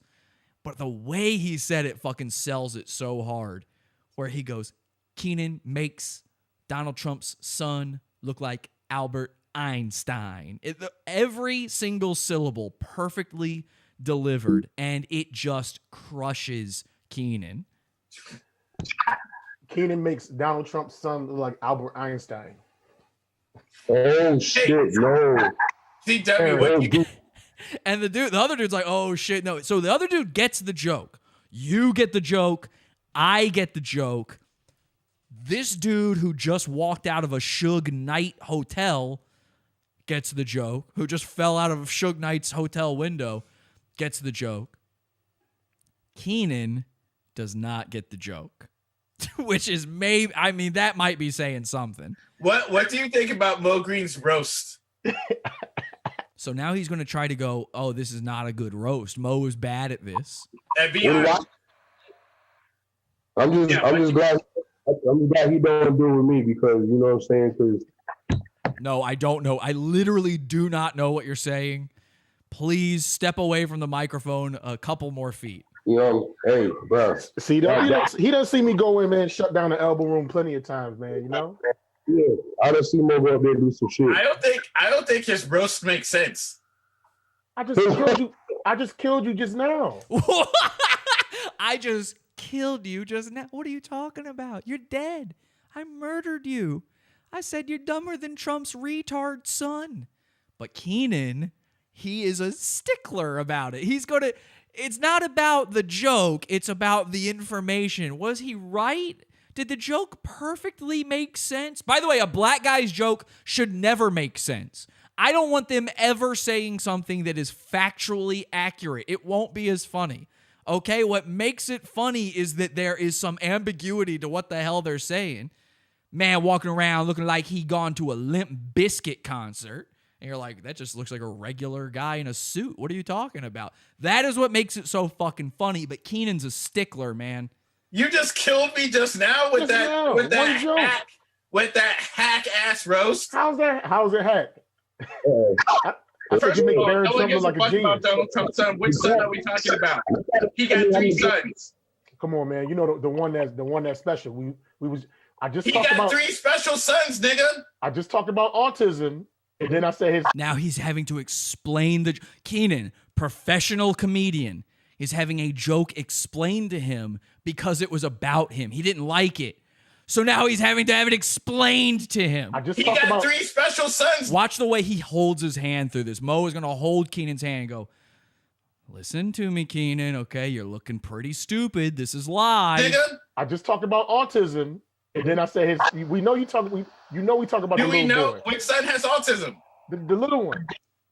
So apparently Kenan hasn't heard the news about Barron Trump. Oh, see, you had to explain that shit. Hack roast. Hack roast because the guy had to explain. No, he had to explain it to you, Kenan, because you are autistic.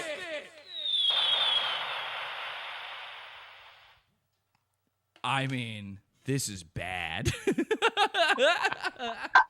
Hack roast. How you expect people to be like, ooh, if they don't understand shit you saying?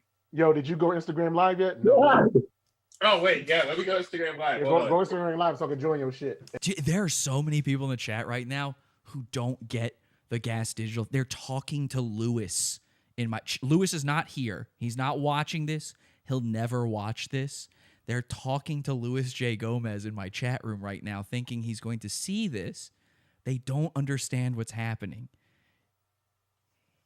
Don't make me Do you need to hold my hand, guys? Who are these guys that keep saying this shit over and over and over again? I mean, it's getting pathetic, man. Javi G. There's like a whole host of dudes who are here just because we joined Gas Digital. Do I really have to explain it? My audience gets what's going on here, right? I can't. Guys, if you liked Pod Awful before we joined Gas Digital, and you don't like it now, I need you to go, okay? I can't have you here. If you understand the Gas Digital thing, please stay. I'm not having you go because I like Lewis, and I'm not having you go because I like Gas Digital. I'm having you go because I don't need the 33% to grow larger, all right? This is starting to feel like 50% of the audience is Kenan Jerome Floyding it. You catch my drift? Okay, please don't make me walk you through this. This is embarrassing. I was going to say it's embarrassing for me, but no, it's embarrassing for you.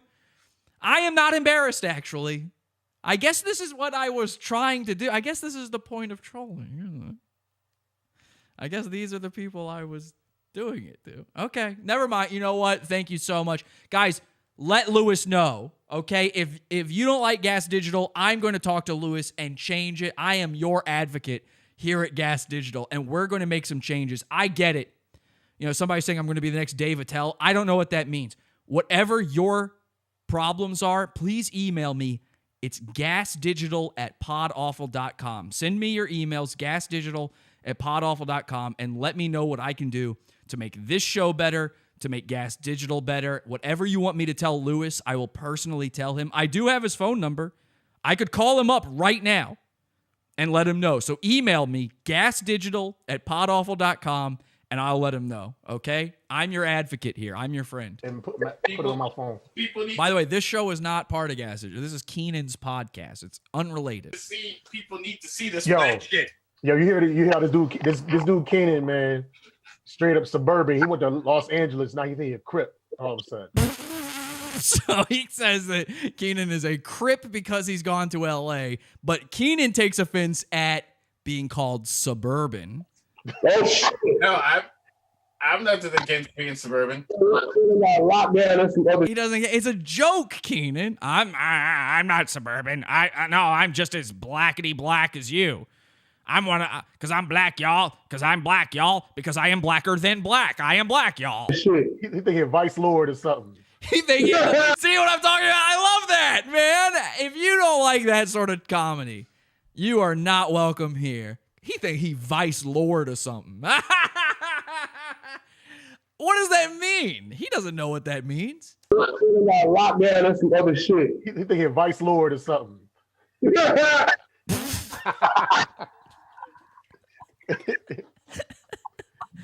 Mo Green, by the way, he is wearing his own t-shirt that says everybody needs Mo Green. So he's got his own Kenan Jerome Floyd shirt, and he's got one hanging up behind him as well, which is crazy. You know what the strangest part is? The font he uses on his Mo Green shirt, and I didn't mean to do this. I know this is dictionary talk. Welcome to Font Chat. The font he uses on this shirt is the exact same font that Kenan uses on his. This guy be having the most proper arguments. He be having the most proper arguments. Medically, he says motherfucker. Whoa!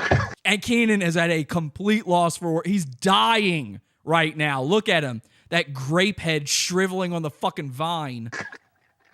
The only thing, so he's going to try to hit him back. If Mo came here right now, the first thing he would do is get on top of the car and just open his ass cheeks. Excuse me? What? The first thing he would do is open his ass cheeks for you? The only thing, if Mo came here right now, the first thing he would do is get on top of the car and just open his ass cheeks. What? Why you always got making some gay shit? Apparently, this is something Kenan does a lot. Whenever he's with Mo, he talks about gay stuff with Mo. And Mo's a big dude. I don't know. I don't know what's going on there. Why you always got to make it some gay shit, Kenan? I don't know. It's just when I see you, I'm like, that's some gay shit right Ooh, I don't know. It's just when I see you. right there. No, but as far as CW, you know, man, brother, just when I first saw you, this sound like a gay love connection, but like no homo. No when homo. When I first saw you on stage, not the strip club, he had good passion and energy. Just a matter of he just had to develop the jokes. Mo Green likes passion. Watch out. See, he can't let it go. Mo Green likes passion. Watch out. He's got to keep making Mo sound gay because Mo said that he acts like a vice lord. All right. Hang on a second. I'm going to check my emails right now. This is a brand new, unplanned segment where I check my emails. This is to gasdigital@podawful.com. This is from Sam. Sam says, bring back Jesse Heck and the race car chair, please. Okay, so I am getting your emails. Let me know. I'm gonna leave my phone open here, and I'm going to check the emails every once in a while to make sure that we let Lewis know what needs to change here at Gas Digital. I'm gonna make sure that Pod Awful stays the same. Okay, anything you don't like about Gas Digital, we won't do here. Okay, that's a promise I make to you, the viewer. All right, let's get rid of Kenan's stupid podcast here. I do recommend you subscribe to it, though. Look it up. It is called The Light-Skinned Perspective on YouTube. Give him as many subscribers as humanly possible. He needs the work. I know that. I know he needs the support. Despite him showing up on Godfrey's show, he still needs the help because Kenan is on a website called... Man, this is a long show. Are you guys cool if I keep doing this show? Is this fine if we just keep going? If I make this a super long one? Kenan is on a website called gigsalad.com. You can find this just by typing in his name. Gigsalad.com. If you don't know what Gig Salad is a website where it's sort of like Fiverr, except you can set your own price. I mean, whatever you do, you put on there, you're willing to do this thing, whatever your gig is, and how much, and people can go and they can ask you for a quote, and you'll let them know if you'll go and do it. And Kenan is on there to do stand-up comedy. And we have here Kenan's profile on Gig Salad. It lets you put some videos on there, let them know how good you are and stuff. So let's take a look at Kenan's first video on here, him doing stand-up. And this is what you would see. If you wanted to hire a comedian, this is what you would see when it comes to how good they are at stand-up comedy. Let's take a look. Jesus Christ, sorry. Didn't mean to do that. Oh, those are the links you can click on his shirt. When I first moved here. Okay, now let me get rid of this. I want you to notice right away something. I know people hate this. They hate when you pause a video right away. Too much pausing. Actually, I don't hear that complaint a lot. I just hear it about other shows. I guess I'm good at it. But right here at the beginning, look at what Kenan's doing with his mouth. He's sort of just rubbing his mouth with his hand, okay? Pay special attention to that. We're going to come back to that. When I first moved here, my experience on the train, I got pushed on the train by a midget. Now, he's talking about New York City. He gets pushed by a midget. What number is that? What 12? Is that 12? Yeah, I got pushed on the train by a midget. Okay, now he's going back to rubbing his mustache underneath his nose. All right? Now, if you watch this show carefully, you'll see I will be doing this sometimes where I'm like going like this. I'll probably end up doing this at the end of the show. And the reason I do it, I don't know about Kenan, the reason I end up doing that is I talk for a very, very long time on this show. Usually 2 hours. Looks like we're going to go longer than that. And what happens a lot for me, I've got long hair. My hair catches on the microphone. And then it ends up getting stuck on my glasses or gets stuck up under my nose. Or just talking in general for a long time, you start to feel the facial hair, the nose hair, all that stuff. It's very annoying. So you'll see me sometimes sit here and go like this. Kenan is at the beginning of his 5-minute set at this comedy club. And apparently his nose is one of the itchiest noses of all time. You'd think he'd have been doing this already for at least 30 to 40 minutes. That's the very least. To start rubbing your nose like this is insane. And again, this is an advertisement to hire Kenan. Now, I don't know if you guys are as petty as I am naturally. I watch a video like this, and it's the only thing I can fucking focus on. I'm a midget. Rub.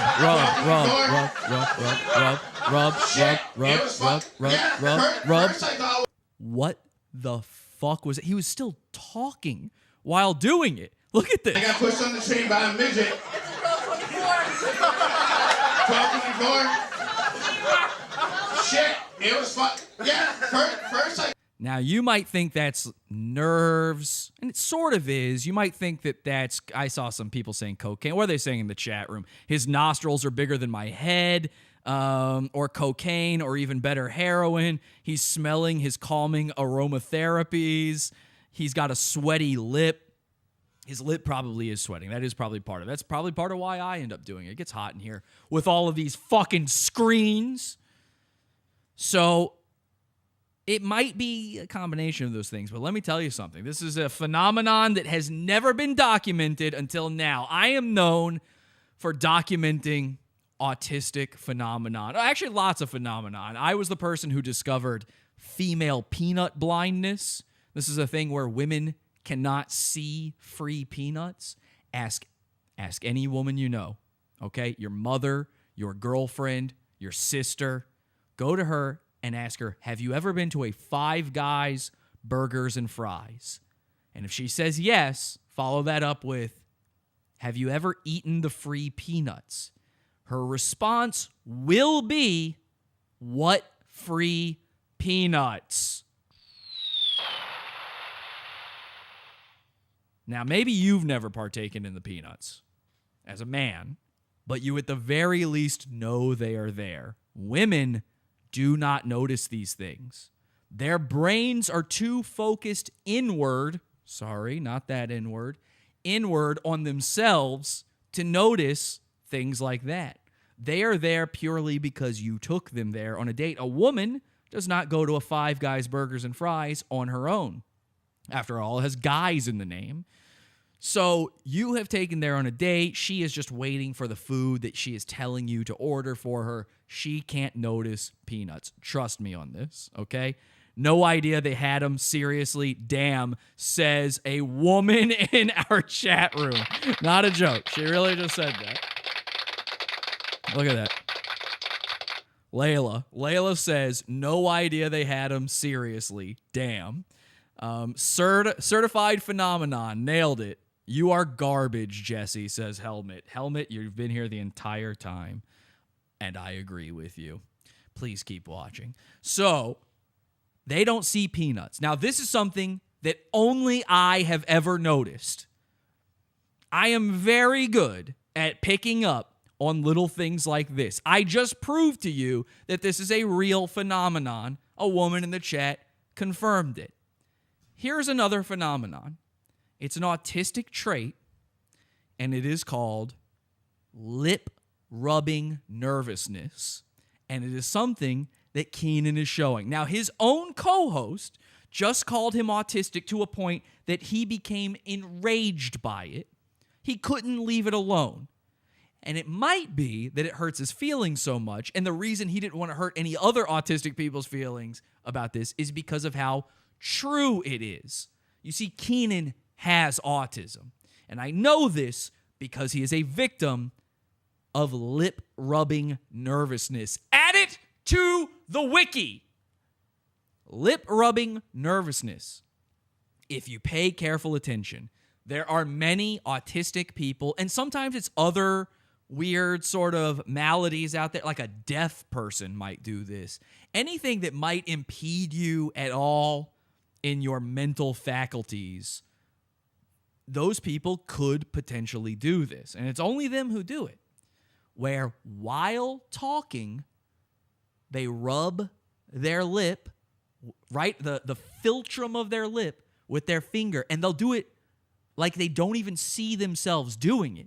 Like it's hurting them if they stop doing it. And I have another example of this. So what I'm going to do is I'm going to have you watch Kenan do it again, okay? And then we're going to compare it to what I believe may be the most famous example of this. When I first moved here, my experience on the train, I got pushed on the train by a midget. What number is that? What is that, 12? Is that 12? Yeah, I got pushed on the train by a midget. And he's rubbing. He can't stop. It was fun.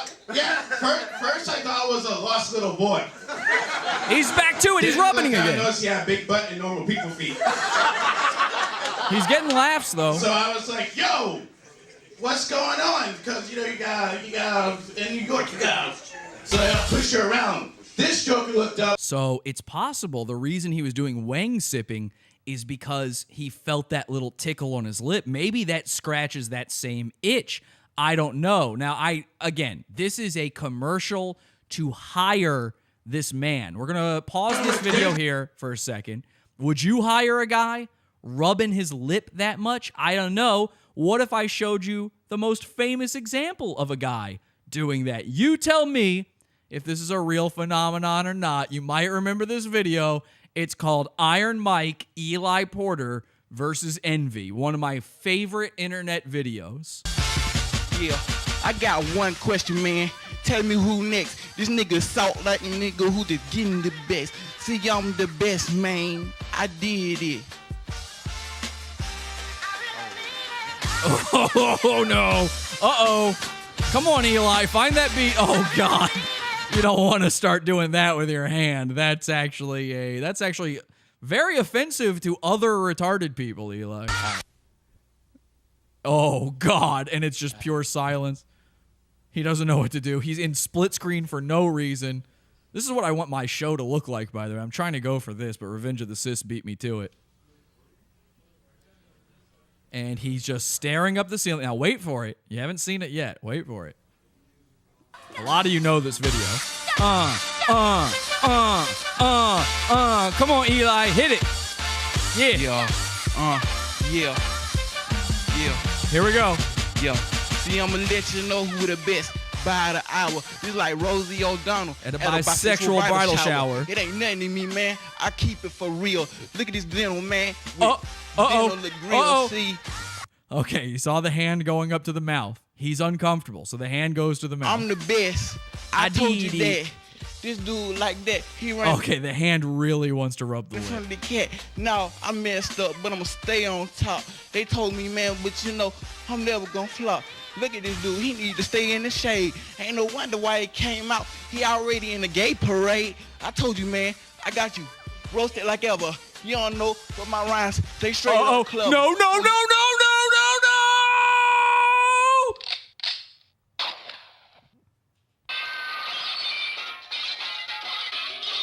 Do you see what I see? Okay, he's been touched, they say. Okay, he's got Mersh eyes. So now he's grabbing at his lip. This is the first time I ever noticed this phenomenon, by the way. This is where I first documented it, was Eli Porter, but I've noticed it many times since then. Watch the rest of this rap. Step down off the pedestal. I'm the best, man. You need to go to the... Uh-oh. Why is he grabbing his lip like that? Why is he doing it? Oh, no. Step down off the pedestal. I'm the best, man. You need to go to the fucking dento. He's out of breath. He can't help it. They're laughing at him. Kenan is the Eli Porter of his friend group, by the way. I said freaking. All right.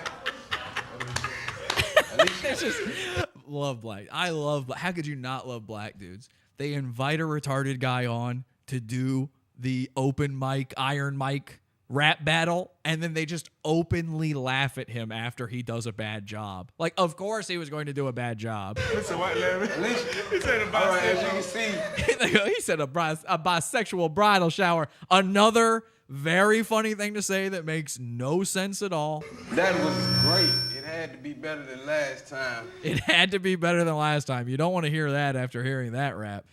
So there you go. That is where I've seen that before. That grabbing the lip, that rubbing the lip nervousness. If you're telling me that's not an autistic trait, well, then I guess Eli Porter is just your average dude. So let's go back to Kenan's gig salad page here for a second. Okay, so there's the video. He's rubbing his lip. Are you going to hire this guy? How much does he cost? You can get a free estimate, a free quick quote, but it says starting at $100 and up. Now, Kenan doing comedy normally, he's lucky if he gets $25 doing a set, okay? So to start this at $100 is crazy. Nobody is paying him for that. Oh, wait, but he actually has reviews. At least 4 people have hired Kenan.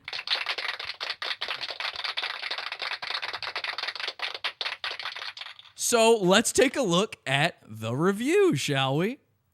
Natalie B says, by the way, just a big N next to a 1-star review. That doesn't look good. She says, it was rough. He was on time, yet lacked timing and audience appeal. I'm chalking it up to, I got what I paid for. So she thinks you should be paying comedians more than $100. She thinks that's cheap.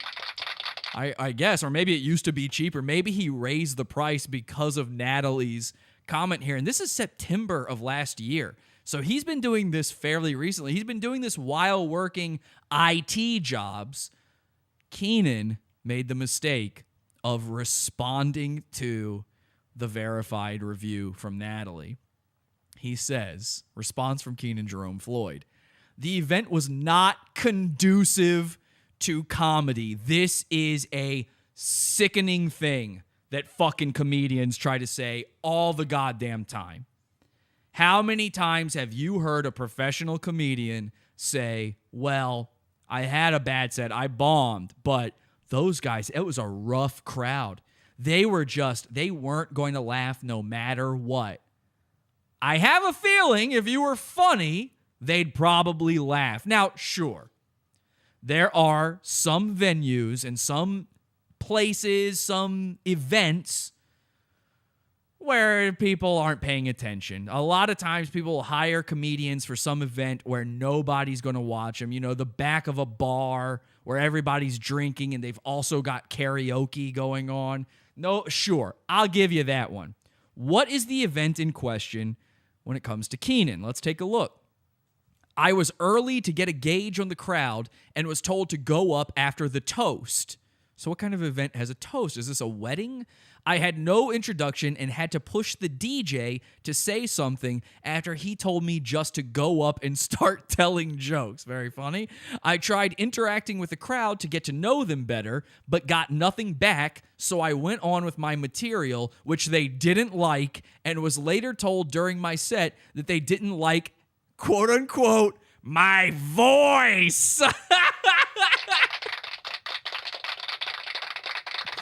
They didn't like his voice, and they said that to him during the set. That's tough. I mean, that is a tough place to be. Somebody heckling a guy, and I love hecklers. Hecklers are funnier than comedians. Okay, we need more hecklers out there. So a guy heckling going, your voice stinks. No, it doesn't. What do you mean? Remember, Kenan can't come back from a roast. So a guy says something bad to him in the audience. He has no recovery. We watched him on his own podcast. He couldn't do it. Also, Kenan routinely stumbles over the English language. You know, he needed that dictionary segment from Godfrey's podcast because he does not, he's a public speaker. His job is talking, and he has no command of the English language. Every time he delivers jokes that he's delivered presumably hundreds of times before, he trips over his own words. I'm making all these words up on the spot. Meanwhile, I'm not tripping up on any of them, Kenan. Why is that? But they don't like his voice. Why don't you like my voice? You're wrong. This is not conducive to comedy. That's what I would love it. Here's what comedians have to start doing, because they'll never do this, but I think we should force them to do this. If they're going to use that excuse later, they have to use that excuse while on stage.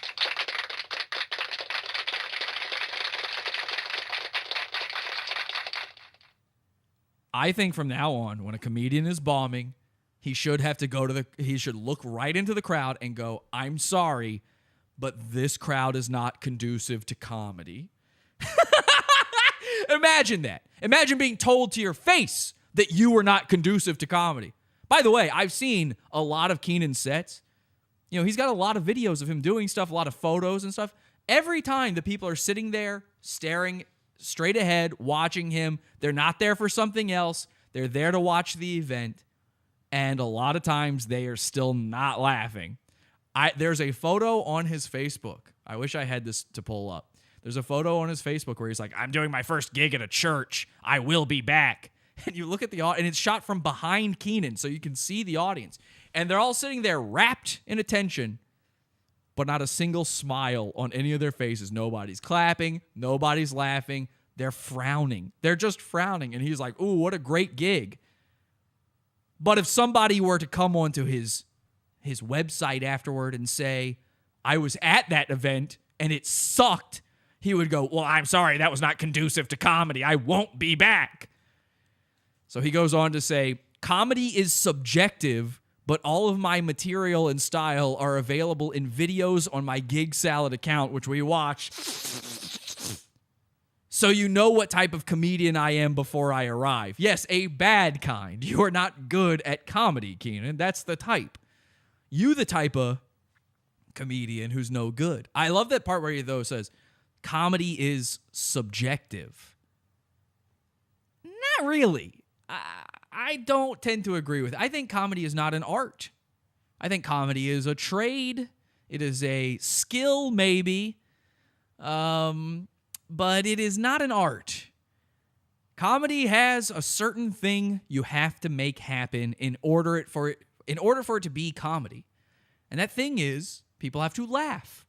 And it's an involuntary response to laugh. You do not choose to laugh or not. So it has nothing to do with conductiveness.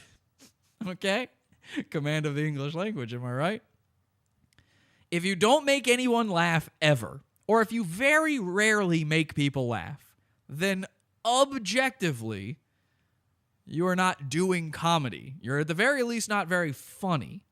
Now, maybe that is coming from the world of Mersh. I know there's a guy named Mersh who loves to talk about objectively. In fact, I've got a video here where Mersh learned the word objectively from Owen Benjamin. I won't play it. I've had this thing sitting on my on my tabs here for a while, where it's literally the moment Mersh learned the word objectively. He loves overusing that word, but I think to some degree you have to admit the comedy is objective. It is not subjective. Either people laugh or they did not laugh. They either enjoyed it or they did not, and you know that by an involuntary response. That's why I say, I know I label this channel a comedy channel, a comedy podcast. I don't really think of it as comedy. I know that's going to light up some of the retards in the chat right now, but I don't think of it that way. I think it's an experience. I think we're trying to have some fun. I think we have some laughs along the way, but weren't the real laughs the friends we made? So I think it's a crazy idea. And this is why I don't like stand-up comedy. This is why I think it's a dead art form now. I think it's a crazy idea to assume that you can get up in front of a crowd and every single time you will make them laugh. And if you don't do that, well, then it's subjective. And sure, there are types of humor. Some people aren't going to be offended by things or not like certain words, or they just don't find a certain type of comedy funny. Sure, but that's a couple of people. You're presumably doing this in front of a room full of people. And the common denominator is who you play to as a comedian, which is also why I don't like stand-up comedy. You're playing to a very certain average type of person. So if no one's laughing, are you doing comedy? I don't know. I might be wrong about that. I'd love to hear your opinions. I've heard Norm Macdonald say the same thing. I've been saying this for years. I've heard Norm Macdonald say the exact same thing, and he is a stand-up comedian, and he's probably the greatest living stand-up comedian. So I tend to go with that theory on it. Maybe you disagree. I don't know. There's another stand-up comedian, though, who probably needs a little bit of a kick in the pants when it comes to maybe you don't know everything. Maybe you aren't the best just because your numbers are big. I'm not a guy who's into big numbers. It's not what I'm going for. A lot of comedians, Revenge of the Sis, all these guys, why is this not focused? Ooh, boy, how long was I out of focus there? A lot of guys, they are not into, or they want those big numbers. And one of these people is somebody I had an interaction with on Twitter recently, a guy named Tim Dillon. Now, Tim Dillon used to have a podcast with my boss, Louis J. Gomez, called Bastard Radio. And Tim actually, I talked to Louis about this podcast. Tim made the podcast end. He was asking for some sort of ridiculous amount of money. This guy, there's something going on inside his brain. He thinks he deserves the world, okay? And so he tweeted this out. He says, everyone with less than 20,000 followers, why are we listening to you? You failed at this dumb app, which I thought was a very interesting thing for Tim to say, because if you look here, I replied, I said, well, I guess we could all just buy 20,000 followers, and then I ran a tweet audit on him where it proves that 28,509 of his followers are fake. Now, where did he get that 20,000 number from? Isn't that an interesting number he chose? What makes 20K the number of followers someone should have in order to be listened to? Is it because that's the amount he had to buy to get to where he is today? I don't know. But that one got 302 likes on Twitter. It was one of the higher tweets in response to his tweet there. And I don't know if Redbar saw that tweet or not. I'd imagine they probably did. Follow me on Twitter. They covered that tweet. I don't know if I'm allowed to cover that tweet because Redbar covered it. But they covered that tweet on one of their most recent shows. Now, I didn't know they had done that until right before the show. I had somebody messaged me. One of my listeners messaged and said, "Did you see the latest Redbar?" I said, "No, it was their bonus show. So I'm not a member of their bonus club, so I didn't see it. What happened?" He said, "Well, they talked about you in the episode." Okay, interesting. What happened? So I managed to grab a time code here. And they talked about the Tim Dillon thing, and they didn't mention my tweet back, which, they don't have to do that. There's no reason not to or anything. But not long after they talked about the Tim Dillon thing, they started talking about Louis J. Gomez, and this happened. I don't know how these things are connected or if they're connected, but they're interesting. Let's just take a look. Again, remember, George Floyd happened, and all the bullshit comedians who have ever told a racist joke got very scared, thinking they're going to be canceled. They're going to be X'd, ostracized from the mainstream. So what they did is they all went out. Even Louis J. Gomez is very scared. That's why he was marching in the George Floyd protest. So we talked about this last week with Louis, about him marching in the George Floyd protest. Do you remember that? Pretending that they were... Louis J. Gomez. If you're in the Pizza Fund, you saw the episode. It's in our $12 section of the Pizza Fund. Podawful.pizza if you want to support us there. Posted these things like, "Yeah, there was like a protest coming down my street, so I went outside just to see what it was about. And I marched with them and then took a bunch of pictures of me marching just to see what it was about." No. You were scared that they were going to call you a racist, so you went and marched with the black people and took pictures of it. So if you ever get accused of being racist, you could show them you marched, and then you made this excuse like, "Yeah, they were coming down my street anyway, so I just went out to see what it was about as a gag," so that your followers who are racist won't be mad at you. You're trying to live in both worlds. And then you did your classic Dane Cook prank on him where you said, "Is this picture Photoshop?" Oh no, that was Jesse P.S. Oh. No, I came up with this bit where I accuse comedians of like photoshopping themselves into pics, and some of our listeners, like Jesse P.S., they do the bit too for their shows. That's oh, interesting. You invented that. Interesting. Cool. So no, that wasn't me. I could see how you were confused because that's a bit that I came up with, but no, Jesse P.S. did that bit. Oh, oops. And sorry. Yes. I know it's confusing. Revenge of the Sis and Jesse P.S. and Redbar, it's very confusing. Like all the same thing. Who came up with it first? We don't know. Not me. I mean, I'm never the originator of these things. Just Jesse and Revenge of the Sis. They come up with the things and maybe I copy them. That seems normal. Yeah, I mean, I don't know where I get the idea that maybe Mike copies some stuff. But anyway, I was buying all these screens to put behind me and setting up this blue and red lighting that I told Mike about. And I was thinking about this whole Photoshop thing, and I went, wait, didn't we do a Photoshop joke back in 2017? And I was like, Dane Cook joke, what is he even talking about there? And I looked that up on their YouTube, and that was apparently in 2018. But anyway, listen, who's keeping score here? I'm not. I'm certainly not keeping score about who did what first. Certainly not about the screens. I'm certainly not keeping score about, the 9/11 crash-tacular. Never heard of anybody. No, I mean, I don't invent things. Here's what I do. This is so fucking funny. I got a comment on, this is completely coincidental. I got a comment on one of the last shows I did. We just bought this new camera where it can zoom in on me, right? Zoom in, zoom, zoom, zoom. And I got a comment saying I was copying Redbar by doing zooming.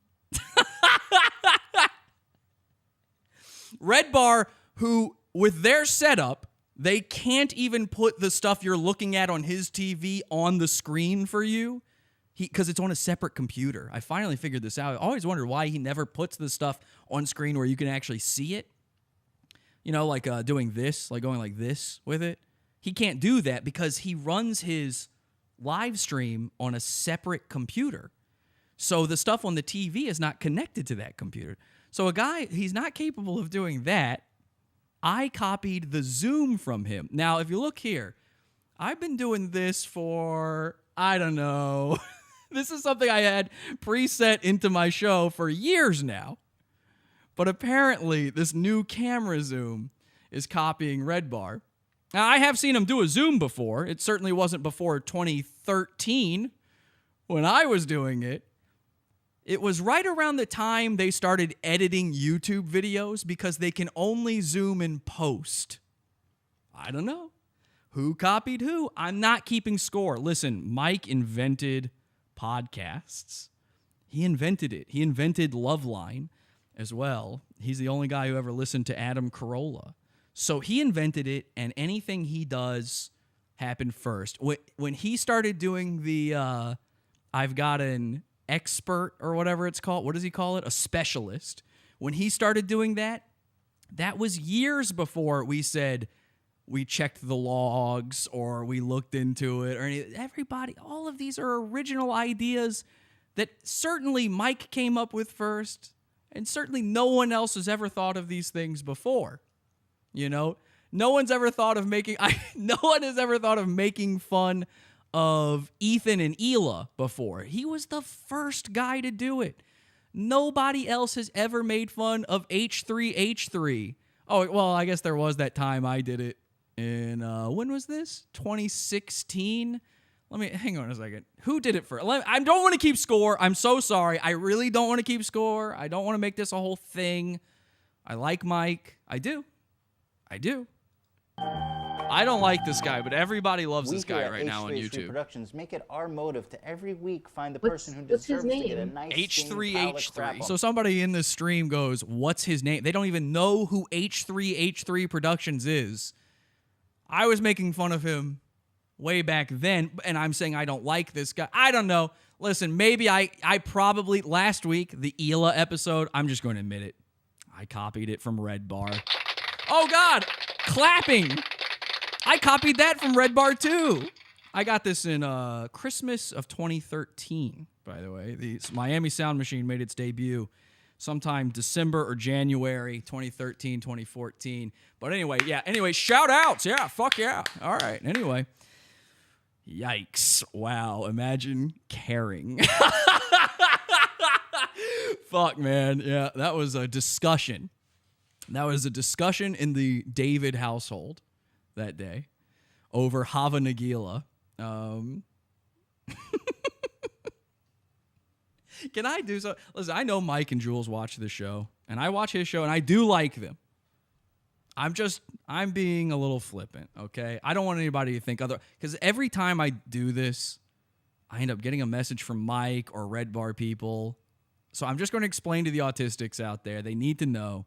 And explain to Mike as well, just in case he doesn't understand. I'm kidding, okay? But what I'm about to say here does come from a place of love, all right? The Jewish stuff. Don't lean into that, okay? Not that there's anything wrong with being Jewish, but all your haters just constantly accuse you of being Jewish, and then all of a sudden over the last year, everything is Hava Nagila, wearing a Jewish costume, constantly making Jewish jokes. Everything is Jewish. You are Jewish.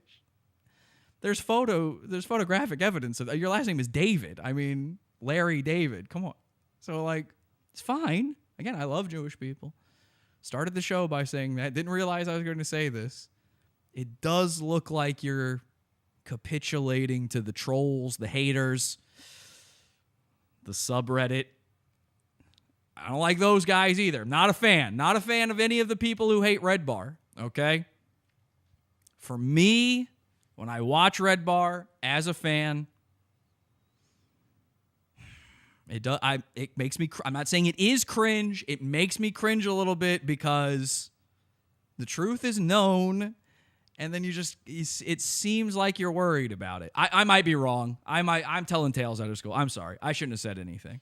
It's just, what I should have done is drafted a 48-page email to Mike and said, Mike, I've been watching since 2012, and I need you to know that my feeling, and you need to change the show for me. Speaking of emails from retarded people, let's see if we got any emails sent to gasdigital@podawful.com. We've got one from Trevor. He says, Jesse is the greatest guy. Here's one from Clayman. He says, I'm gay. Please be gay with me. All right. We'll check in with those emails again in just a bit to see if anybody else is that retarded. So speaking of comedians, speaking of making fun of comedians, a thing we certainly got from Redbar and not from having comedians as co-hosts on the show for years where I'm making fun of them to their faces and they don't realize it. There's this guy named Dante. His name is, and it's not, oh God, why is my camera going out? Has it been going out of focus like that many times? That's crazy. What is happening? I don't know why the camera's spazzing on you guys, but anyway. There's this guy named Dante. No, not Dante Nero. Fake Dante Nero, my old co-host, you guys. I did do that one. I stole that too, though. There's this guy, comedian named Dante, and you might remember him. We've only covered him twice, okay? Let me actually see what they're saying in the chat room. Let me take a break here. Guys, I'm going to take a little... We can slow down. We're having fun. We're already over 2 hours. Who cares? Are you guys following me on Twitter? Make sure you do. Jules follows me on Twitter, so make sure you follow me. You know, I get everything I know from Jules. I steal all my ideas from Jules. So follow Jules on Twitter and follow me on Twitter at the N-word. The N-word. The N-word. The N-word. The N-word. The N-word. The effing N-word. The N-word is coming, and it's coming hard. The N-word. The N-word. The N-word. The N-word. I can't say the N-word. The N-word guy on Twitter. A dumb pile of garbage named Jesse, piece of shit, say the N-word on his podcast. I'm going to say the N-word. No.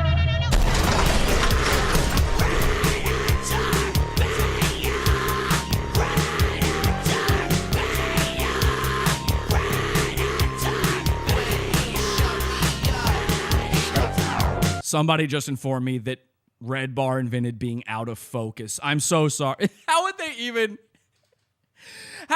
even zoom? What are they going to do? Is Jules going to pick up the camera and just walk it toward Mike to zoom? What are you talking about? They invented zooming. Oh my God. And then somebody in the chat just now said, Jesse, if you're not joining Gas Digital, I'm sorry about all the shit I said. God damn it. Okay, so if you don't know who Dante the Comedian is, Dante, we've talked about him twice on the show before. He manages Ron Jeremy, the porn star. He's a comedian. He's apparently well known. We did 2 episodes on him. One of the episodes we did, it's in the Pizza Fund, podawful.pizza, $12 level and up. You get all the Wednesday shows, the Friday shows, the entire backlog of 10 years nearly worth of content, podawful.pizza. There's this episode in there where Dante manages comedians as well. He manages Ron Jeremy. He manages comedians. He's sort of a scam artist and a comedian, like they all are. And he manages a guy named Michael Winslow. If you don't know who Michael Winslow is, he's the guy from Police Academy who makes sound effects with his mouth. You remember that guy? He's also a stand-up comedian. And Dante manages him, and I did an entire episode where I fooled Michael Winslow, the real guy from Police Academy, which, again, I got this from Redbar. They probably did this one first. I fooled him into thinking that I was his agent, Dante. We called him on the phone and said, hey, it's Dante. We're booking you some gigs. We talked to him. We told him we're going to get him on TV, all this stuff. I had like a 30-minute conversation with Michael Winslow, okay? And we did this because Dante wasn't getting him any real work because Dante is a scam artist. And he's too focused on this Ron Jeremy. He thinks Ron Jeremy is his ticket out of this tube horse town.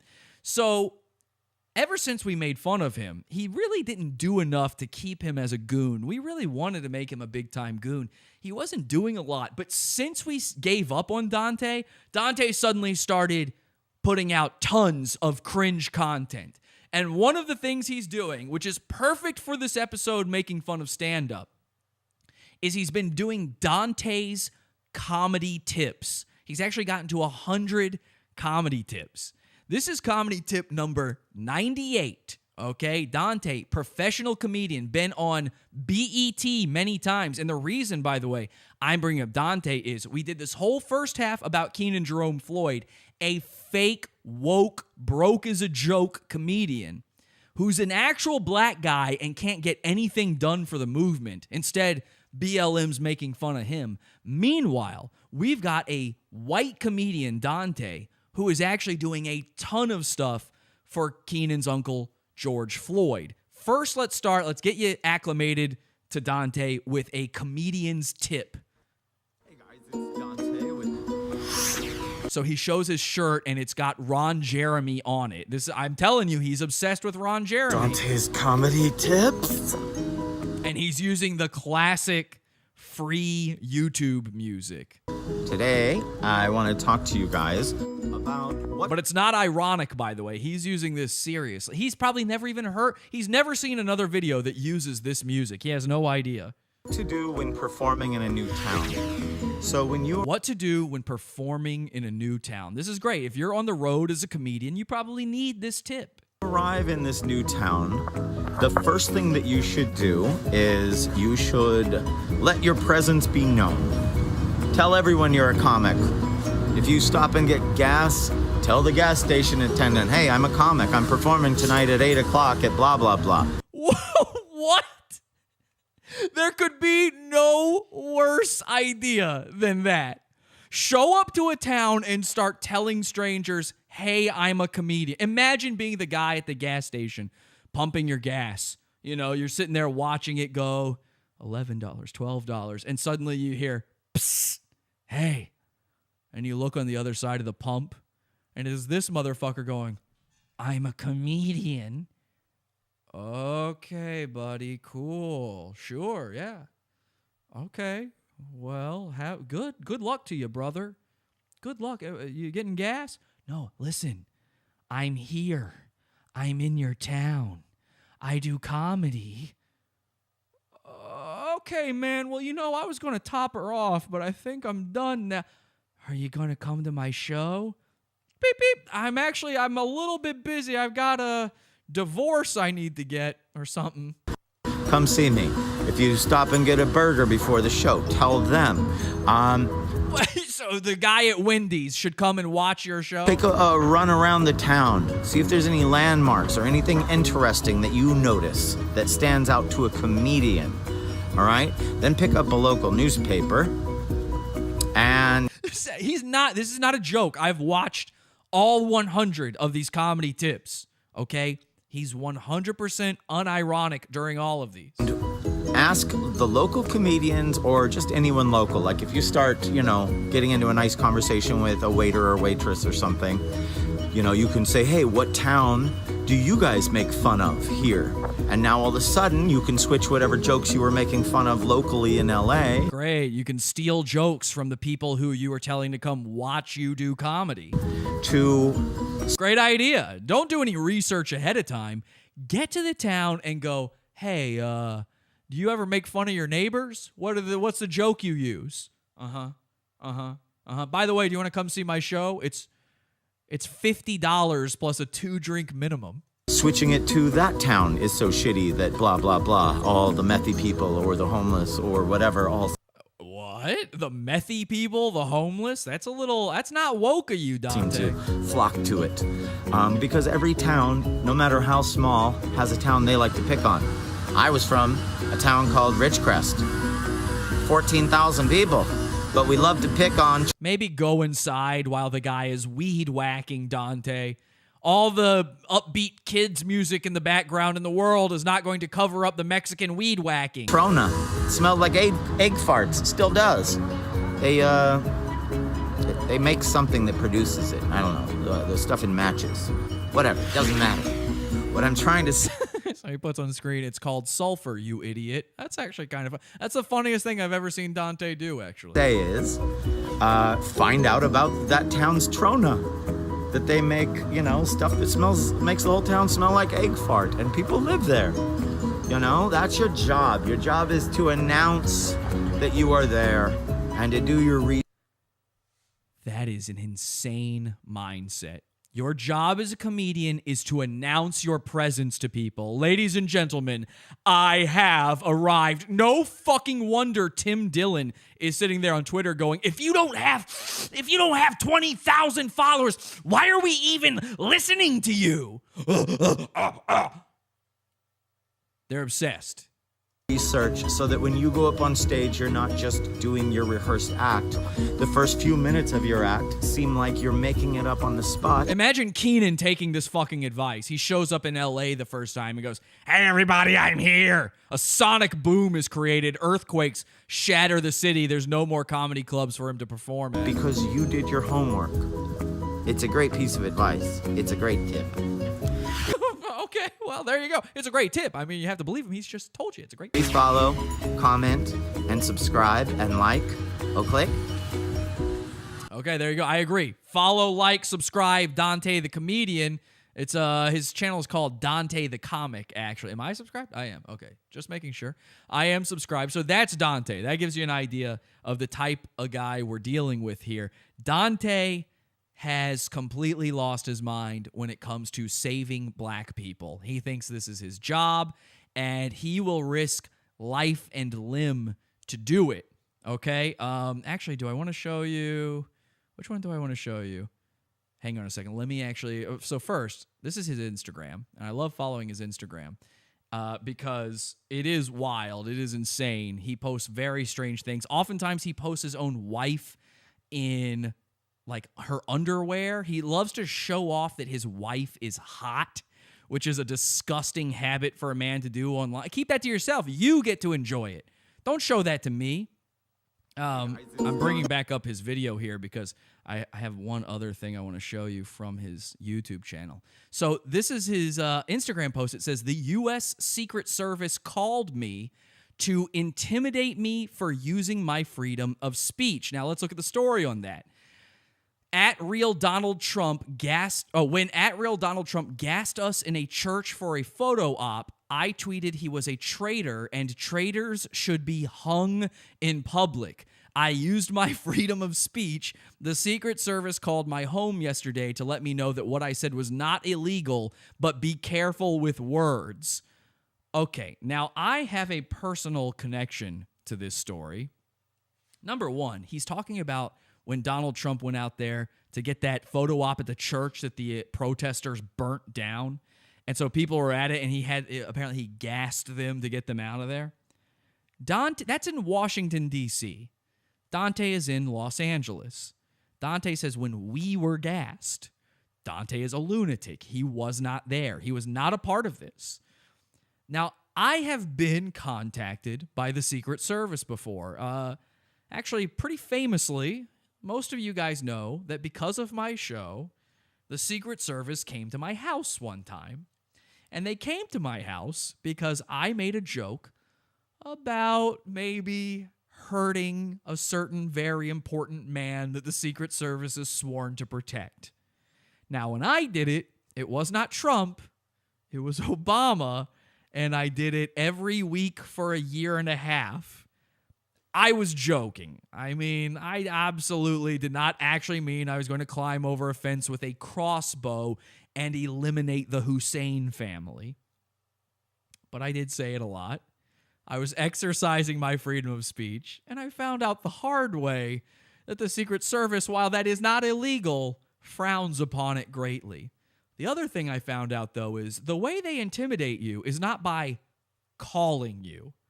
They go to your house carrying guns, and they heavily imply that their van outside, they've got plenty of black bags in it to put over your head, and you may never be seen again unless you say, pretty please don't take me to jail. I'm so sorry. I'll write a letter to the president. Now, this is true. When they did this to me, they forced me at gunpoint to write a letter to the president and the first lady apologizing. Now, the story is deeper than that. There's more to it. I have a feeling if Dante is willing to lie about being on the other side of the country in that church, he's willing to lie about the Secret Service calling him. They don't waste time with calling. There's no intimidation. He's talking about it. They're intimidating me over my free speech for calling. Well, bullshit. That's not intimidating. If I got a call from the Secret Service going, you didn't commit any crimes, but I'd click on the but. Oh, I didn't? Bye. And they can call me back all they want, but they're never going to get me to answer ever again. So I don't feel like he's telling the truth here. Call me crazy. I don't know. What do you guys think? F, mad lad. I like to think Jesse is a sophisticated racist and his racism just goes over my head. I am not a racist whatsoever. I don't know where you even get this idea. Ha ha ha. I love this story. Before they put the bag over your head, look at their boots. They're feds. Okay. Yeah, I mean, they were definitely, I knew they were feds. You should hear the story. You know, I'm going to save the story. I've told it many times before.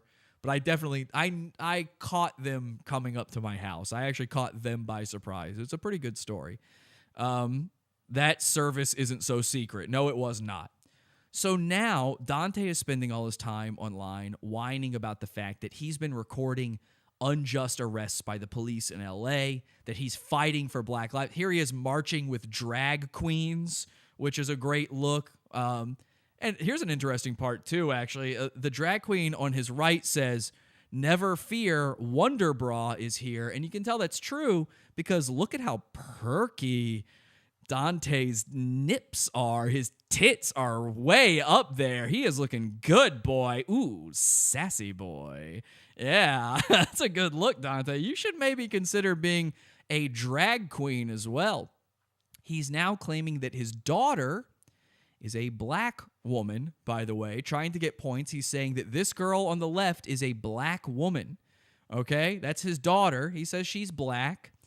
And his big thing now is to say that because he spoke out against the government and against police and against tyranny and against the president, that the government came and painted over his fence and he is now owed reparations. I'm not kidding. Here's a video called "After I Posted a Video of LAPD Pulling Over Men Unjustly, My Black Lives Matter Signs Were Painted by the City." So this is what he's talking about. He's talking about his fence. My name is Dante Ruscialelli, and this message goes out to the city of Los Angeles and our mayor. I filmed a videotape of the police. They're gone now. So here's the video. The helicopter, he said, made them do it, and now they're gone. Things have happened What to the my home. Holy shit. For example. He just, oh my God. I couldn't even pause that in time. That was so much louder than the rest of the video. I'm so sorry. That scared the shit out of me. So he yells at the cops some crazy shit about a helicopter? What the hell? The city of Los Angeles and our mayor. I filmed a videotape of the police. They're gone now. So here we are. The helicopter, he said, made them do it, and now they're gone. The helicopters made them do it, and now they're gone. Well, that's not something a crazy person would say. The radios are in my teeth, and the mailbox knows my secrets. Things have happened to my home. For example, the city came out and painted my fence where my daughter had written in sidewalk chalk right here, BLM. So there it is, BLM. Not in spray paint. So they painted my fence shabbily, first of all. They took He's mad at how bad a job they did painting it.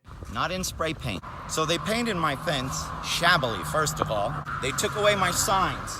They didn't take them away. The sign is still there. They just pointed right, they painted right over the signs that say, "I can't breathe, George Floyd," and "This is not a riot."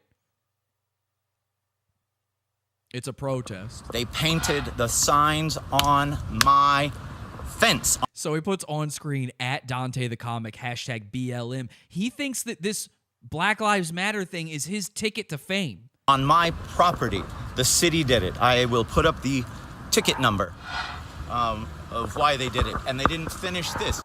So he's mad they didn't do the lattice work at the top. He says, "I want an apology from the city and for them to repaint my whole fence." Wow.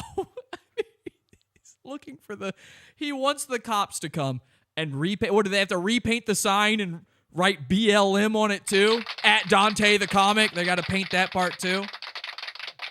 So Dante is a legit crazy person. I mean, he's an insane man. This is not the way a normal human being acts. And if you don't know about Dante, maybe you need to go watch those old episodes and figure all this stuff out for yourself. Luckily, though, there's an easy, quick, free way to find out more about Dante. It's his Wikipedia page. You know, Dante is a well-known comedian. This is what I've heard many times from Dante the Comedian. He was on BET. He was on Last Comic Standing. He's very well known. So, of course, he has his own Wikipedia article. Let's take a look at that Wikipedia article, shall we? It says, Dante the Comedian. Dante, real name J. Dante Ruscioli. So he's Italian. He's not black. And is an American comedian and activist. It really says this on his Wikipedia page. An American comedian and activist. And if we click the link that proves that, what do we get from that? Oh, his Instagram page. So the proof that he's an activist? The shit he's been doing on Instagram. Now, I wonder who made this Wikipedia page. I mean, gosh, I can't even think. Dante is the youngest of 4 children. In 1982, Dante and his parents moved to San Diego, where he attended Patrick Henry High School. On November 24th, 2018, he married his longtime girlfriend and business partner, Rebecca Koken. Who cares? And by the way, the proof of that is his Instagram. On June 3rd, 2020, so just the other day, used his platform. This is not even written properly. On June 3rd, 2020, used his platform and activism to assist a group of black men, and black men is capitalized, so you know it's important, who were racially profiled by recording and demanding they be released, as the LAPD had admitted stopped the wrong vehicle. Gosh, I wonder who wrote this article. Man, Dante starred in the 1996 BET sitcom The Blackberry Inn. We all remember that one. In 2007, he appeared in Season 5 of Last Comic Standing on NBC and was eliminated in Episode 7, the first of 7 elimination episodes. So he's got to stick it in there that he was eliminated during the first of the elimination episode. He made it to the eliminations. He needs you to know that because, of course, he wrote his own Wikipedia article. Black Men was their band name. Yeah. They say in the chat room he ran for mayor. Apparently he ran for mayor of Los Angeles. In 2001, like all of these washed up nobody celebrities, these like Z-list celebrities pretended to run for mayor.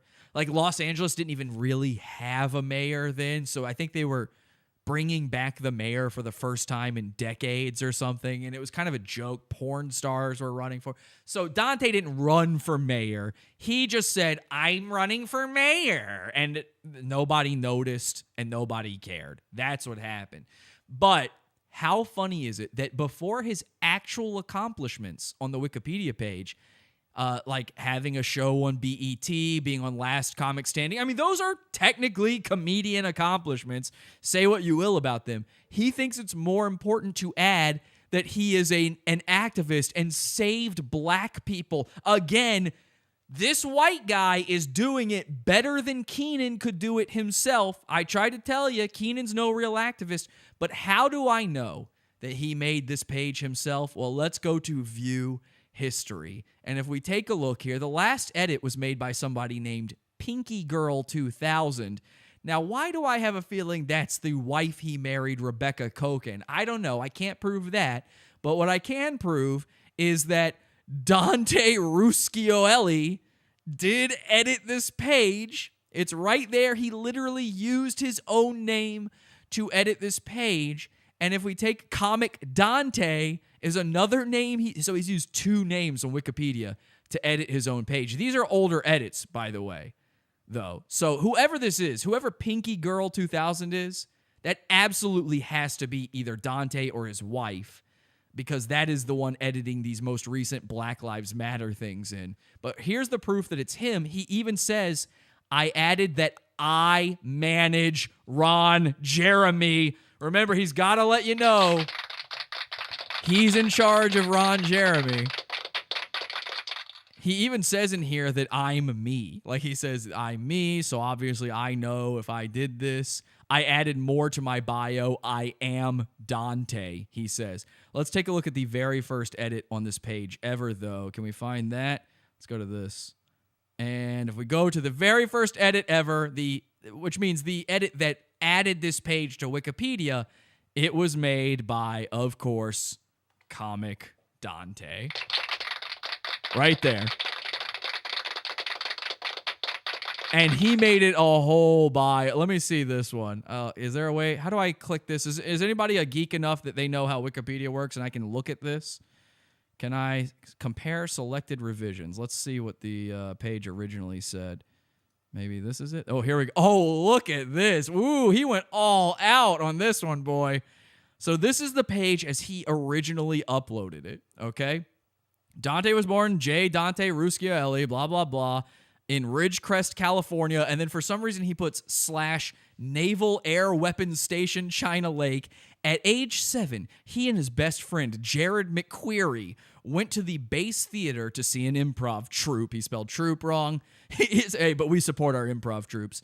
This inspired them to form a comedy team and perform at their elementary school. He's talking about elementary school. This is something you do when you don't have real credits. When you don't have anything actually going on, you include shit like what you did in high school. This dude's doing elementary school. Fucking tell that to Holmes, Watson. Dante and his parents, Dick and Joanne Ruschielli, moved to San Diego in 1983. In 1986, I was born, and Dante and Patrick Henry High School mate Gerard Wolfe, why is he putting these people's names? They're not famous, formed the comedy team of Dante and the Wolf. They performed at all of the major comedy clubs in San Diego and LA until their breakup in 1988. Dante continued his solo career and has gone on to be one of the top comedians in America. My mom told me I was talented, they say in the chat room. Yep. Dante has appeared in over 40 TV shows and movies. Where's this information now? He is best known as a cast member on Season 5 of Last Comic Standing. On the show, Dante received the first standing ovation ever at the semifinals. Wow, that's not included in there anymore. He also won every audience favorite award. Jesus Christ. Fucking put it on your refrigerator, not on Wikipedia. In the 1990s, Dante was also the most famous white comedian to black audience. What a crazy claim. Holy shit. I haven't read this before. I'm reading this for the first time with you guys. In the 1990s, Dante was also the most famous white comedian to black audiences.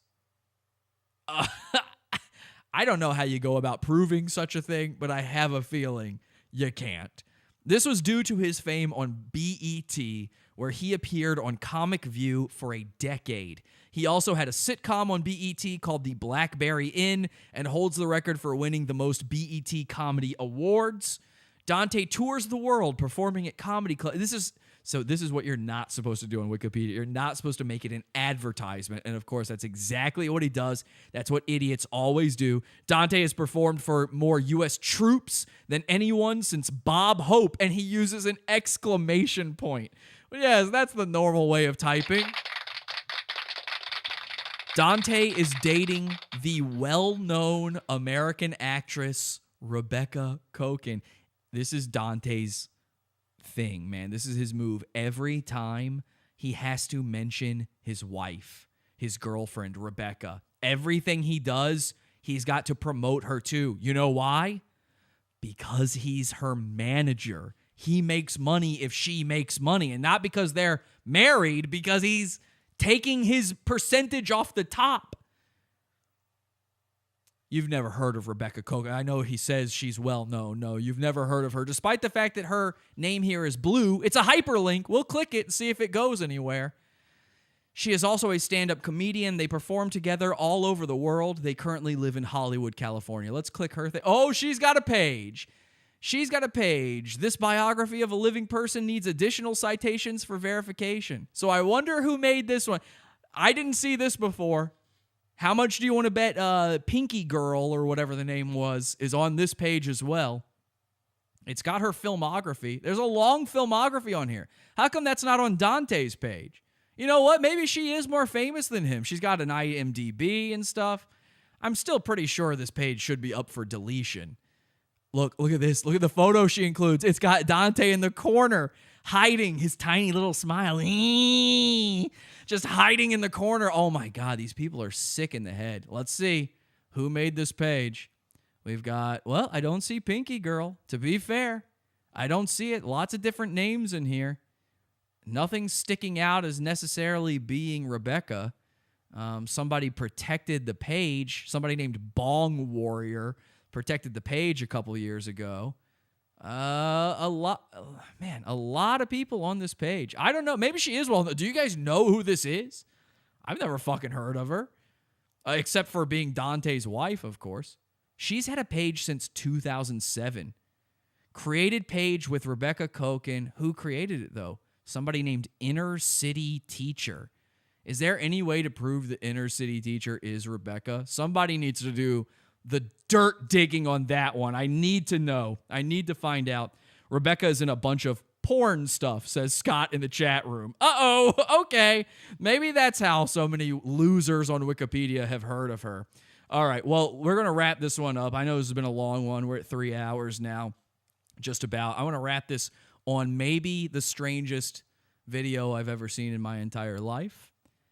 I thought this video was a joke to begin with. Apparently, it is not. Apparently, this is 100% serious. It is a video by Dante, recorded by Rebecca, called Stand-Up Comedian Dante Gets Emotional When He Can Smell Out of His Nose for the First Time Ever. Now, that sounds like a comedy premise, okay? But I'm telling you, they are 100% serious. There is no irony in these people. None. They don't realize how they sound. I thought this was a parody video. You know those videos where it's like a guy has been colorblind his whole life and they buy him those glasses where you can see color? And he's like, oh my God, colors. The sky is blue. I never even heard of that. Oh my God, a tree that's green. Oh, balloons. Balloons are yellow and red and blue. You know those videos? I thought this was a pair. And by the way, that would be a hilarious idea for a video, to make fun of those videos going, I can smell for the first time in my life. Dante's claim is that he had a deviated septum that was so bad he's never been able to smell before. So here he is with butt plugs up his nose, and he's going to pull those out and smell for the first time. Hi, everybody. Say hi, Dante. Hi, you guys. Dante had his deviated septum fixed 2 days ago, and he's about to breathe out of... 3 days ago. 3 days ago. And he's about to breathe 4 days ago. Out of his nose for the first time in his life. Come on. Yeah, so I could breathe a little bit out of this side, mostly, but this side never, my whole life. I had to like rip it open just to even get a little air in there. So I'm going to take these out and breathe, hopefully for the first time, if this went well. Now, let me tell you something. They say smell is the sense most connected to memory, right? You've all heard that before. I have a connection to this video as well, this story, much like the Secret Service thing. In 2010, I had a concussion.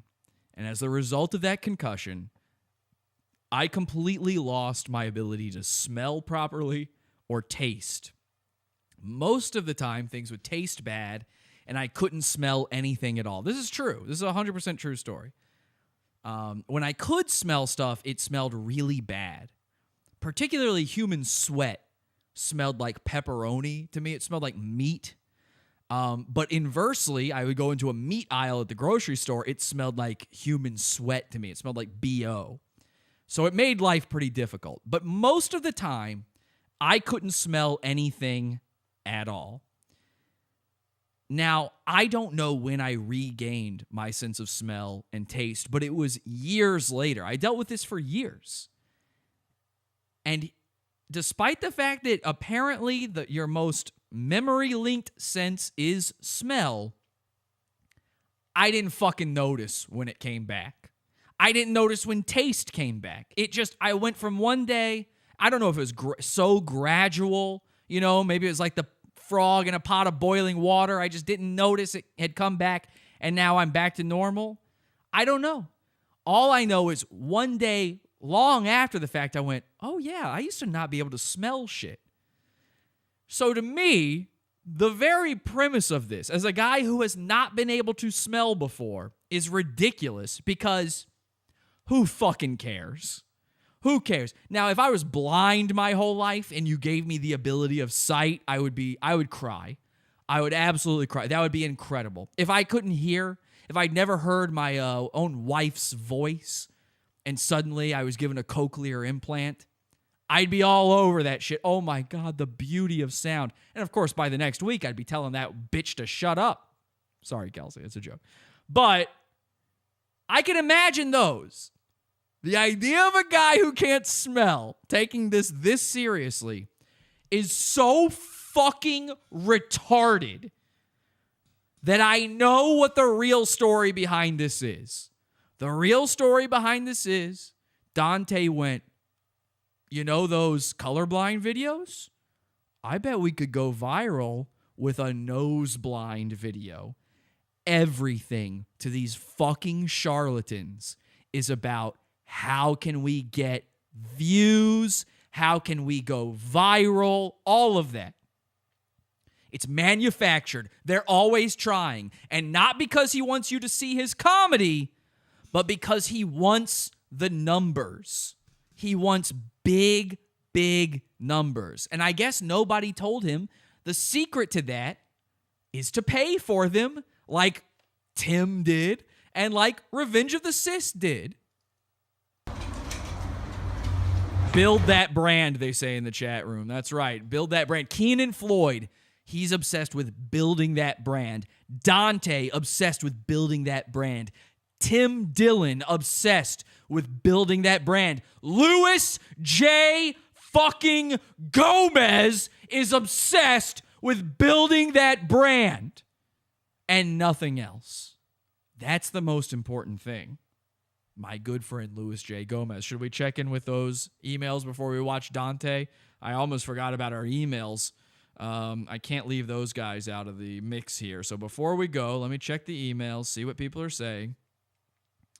Riley Brooks, my producer Riley, he says, stop being funny. Your show is too funny. We all know that comedy is not allowed in this day and age. Cease the jokes immediately. Thank you. And then from Helmet, the guy who's had a problem this whole time, and yet I have no problem with him. He says, it's over for you. I'm watching every step you take. Good luck being online. Thank you so much, Helmet. So far, so good. You could, if you're going to take it down, you could do it during the show. Like, why is this show still live? I don't know. Am I tempting fate too much by saying that? Maybe so. By the way, his email is battlekerbal@gmail.com. Kerbal. battlekerbal@gmail.com. I assume. Did you want me to read that or not? I don't know. Anyway, let's keep watching this. Please keep watching the steps I take, Helmet. That's also what my viewers do. All right, he's pulling out. You guys probably don't want to watch. I'm sorry, you guys. You probably don't watch. He's going to pull out the gauze. I've always breathed out of this side a little bit. See how they've got flowers set up for him to breathe in? So. Oh my God. Oh, there's his daughter. Ew, what is his daughter doing? Why is she on the... I didn't notice that before. Why is she on the floor? You see his daughter peeking out on the floor back there? His black daughter. I've always breathed out of this side a little bit. Oh my God. Look at that. What the fuck is she doing?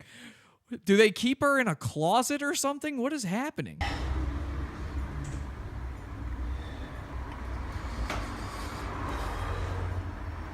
So wait, he just said, I've always breathed out of this side a little bit.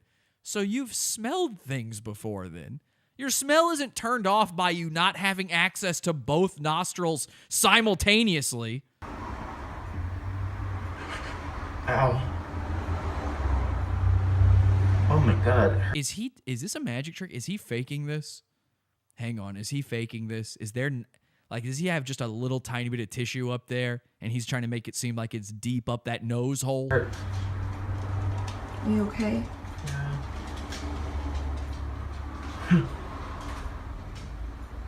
Deviated septum doesn't ruin your sense of smell. That's from drugs. This is so cringe. I might have to... I'm so sorry, this is so gross.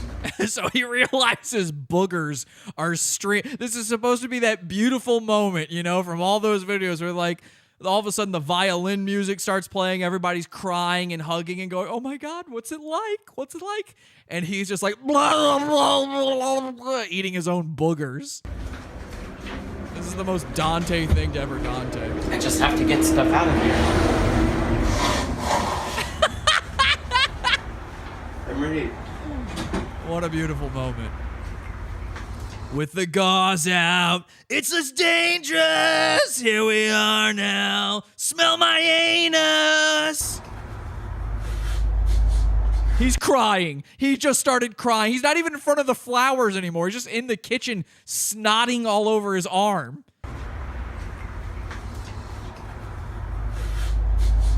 He is trying to fake cry. Holy shit. This might be too cringe to watch. Can you breathe? On both sides of your nose? Oh, honey, you can breathe.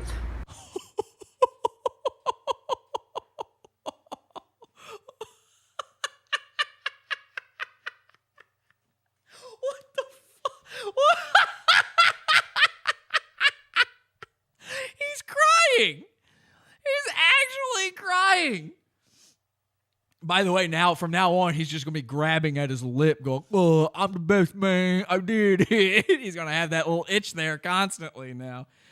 Oh, my God. I don't know if I can. There's only a little bit left. I don't know if I can watch it. I can't watch a bald man cry. I can't watch a bald man with Tintin's hairdo cry. It's too disgusting to me. I can't even, like, when a woman cries, I just want her gone. Look at that little Tintin hair. So he's been balding his entire life. Even when he was a kid. He was 9 years old and he was balding. And so his way of alleviating that was to just comb the little poof left in the front straight up like Tintin, like Chris Gethard. And it's so sickening to me. I hate looking at it. So for him to cry as a man on top of that is maybe the most infuriating thing I've ever seen. Can you breathe? He's grabbing his head. And keep in mind, he's got this gross little magician's soul patch. It's like a line that goes down his chin. Any moment now, he's going to make his boogers disappear by eating them. On both sides of your nose? Oh, honey, you can breathe. Holy shit. Oh my God. He can't work up the fake tears. He's wiping nothing. There's no tears there. What are you wiping, Dante? Hang on. Let's go back. Let's go back. What is being wiped? Oh my God. So there's not a single fucking tear on his face. And look. Oh. That's insane. I feel so stupid for crying. It's not like I've been blind my whole life. I just couldn't breathe. Even he knows. Like, he just... By the way, remember that thing I told you about? That telling on yourself thing I was talking about earlier? Where Godfrey told on himself? That's him going, we discussed ahead of time this will be like the blind videos.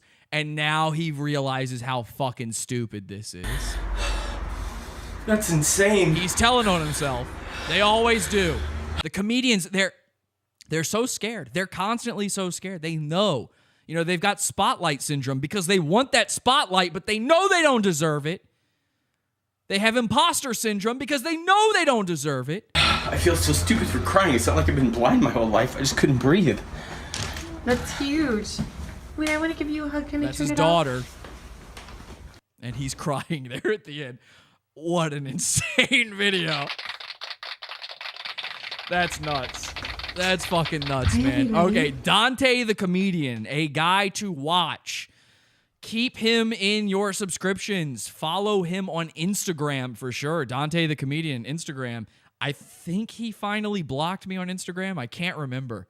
He might have blocked me, he might not have, but this is a guy, by the way, Dante is a guy who we actually did the Photoshop joke to over a year ago.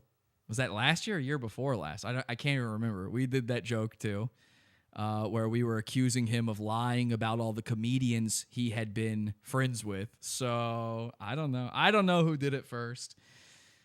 Interesting stuff, though. The comedians, something to look out for. Kenan Jerome Floyd, I mean, maybe he's going to make it, you know. Maybe he's got that writing gig. Maybe he's working his way up the comedian ladder. Maybe he's going to be the next biggest thing, like Godfrey said. Or maybe it'll all come crumbling down for him since I've made him my pay piggy. Go check out that World War episode and that Fallout episode. $20 level of the Pizza Fund. Absolutely worth it. I hope to see you Wednesday for our Wednesday show. Every week we do 2 episodes of Pod Awful, an episode like this and another one just like it on Wednesday night. Same deal, live, chat room, the whole 9 yards. We don't cut corners. It's not fluff. It's not extra. It's more. It's more and it's great. So you're missing half of every single bit of Pod Awful by not being in that pizza fund. I hope you join it. podawful.pizza is the link. podawful.pizza.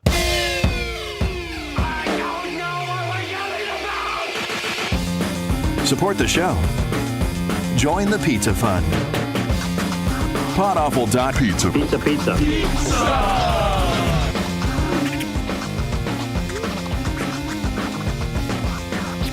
podawful.pizza.